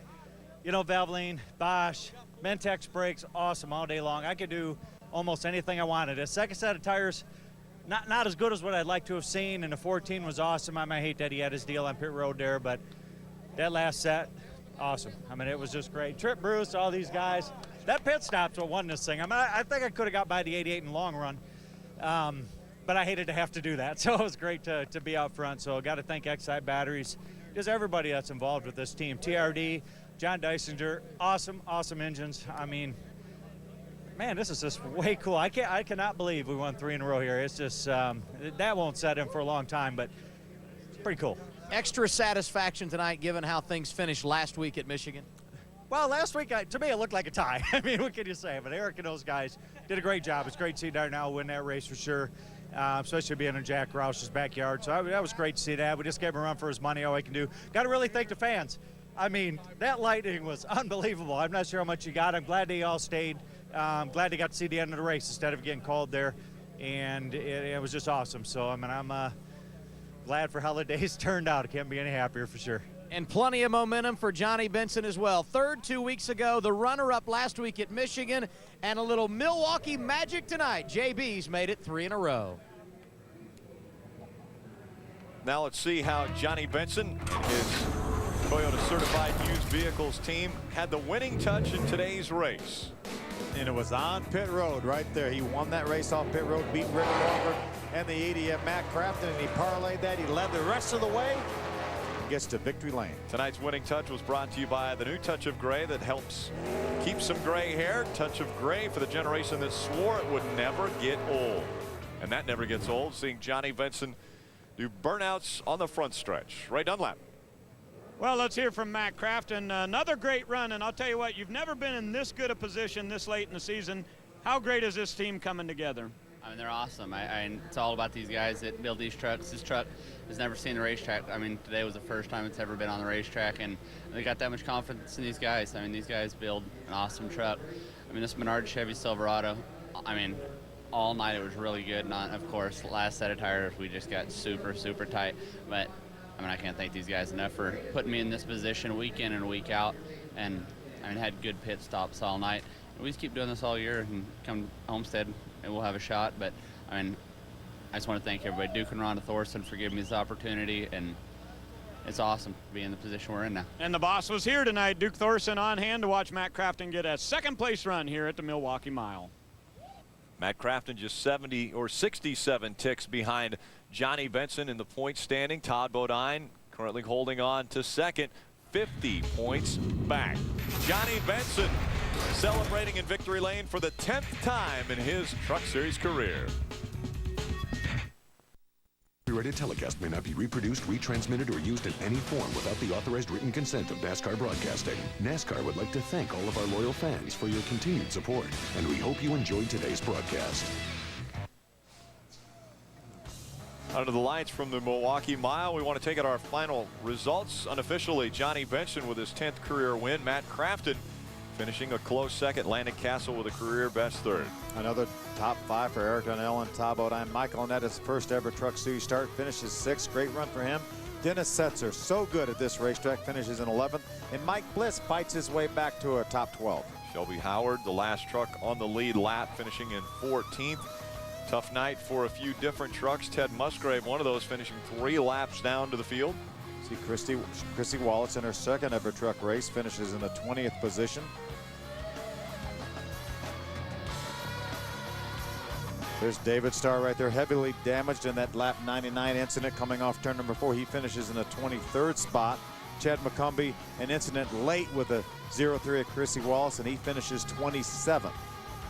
Let's go back trackside to Ray Dunlap. What a great run for Landon Castle, and the guys from GoDaddy.com got to be awful proud of you. But how in the world did you get from 23rd all the way up to 3rd? I don't know. I mean, we just worked really hard on the truck and passed a lot of people all day, and the truck was nice and free, so I could get to the bottom and just roll by people. And just really happy for GoDaddy.com, really happy for Morgan Dollar Racing, and it was a good night. Absolutely, and just his 5th career start, another top 10 for Landon Castle. Double A. 4th top 5 of the year for Eric Darnell, and you were able to back up that solid win a week ago. How good was the run for you tonight? Well, it was mediocre. Northern Tool and Equipment Ford was really good in the middle part of the race. We were able to drive up into the lead and kind of pull away from them guys, but I just don't think we kept up with the track as well as we needed to. We just missed it a little bit on that last pit stop, and after the red flag, we were restarting, we were just too tight, and I couldn't do anything with the guys in front of me. So we just kind of hung on and ended up finishing 4th, which if we're disappointed with that, I think that's a pretty good sign. And unofficially up to 8th in the points, and no doubt Darnell has plenty of momentum going to Memphis next week. We mentioned points. We take a look at it. Eric Darnell, 182 spots out of the top position, 182 points. He moved up 2 spots. Terry Cook also moved up 2. Matt Crafton up 1. Hornaday dropped a spot. Yeah, we only had 152 points coming into this race from 1st to 10th, and obviously when the guy leading the points wins, that's going to increase that gap, and Johnny Benson certainly did that. Johnny Benson in victory lane, celebrating Toyota's 5th win of the 2008 season. It's Bill Davis Racing's 2nd win of 2008 from here in Milwaukee. Again, coming up next, trackside from Infineon Raceway, Marcos Ambrose, Sam Hornish Jr. and Juan Pablo Montoya are going to be the guests. A rough night here at Milwaukee, but a good night for Johnny Benson. 3 in a row from the Milwaukee Mile. Thanks for joining us here on Speed.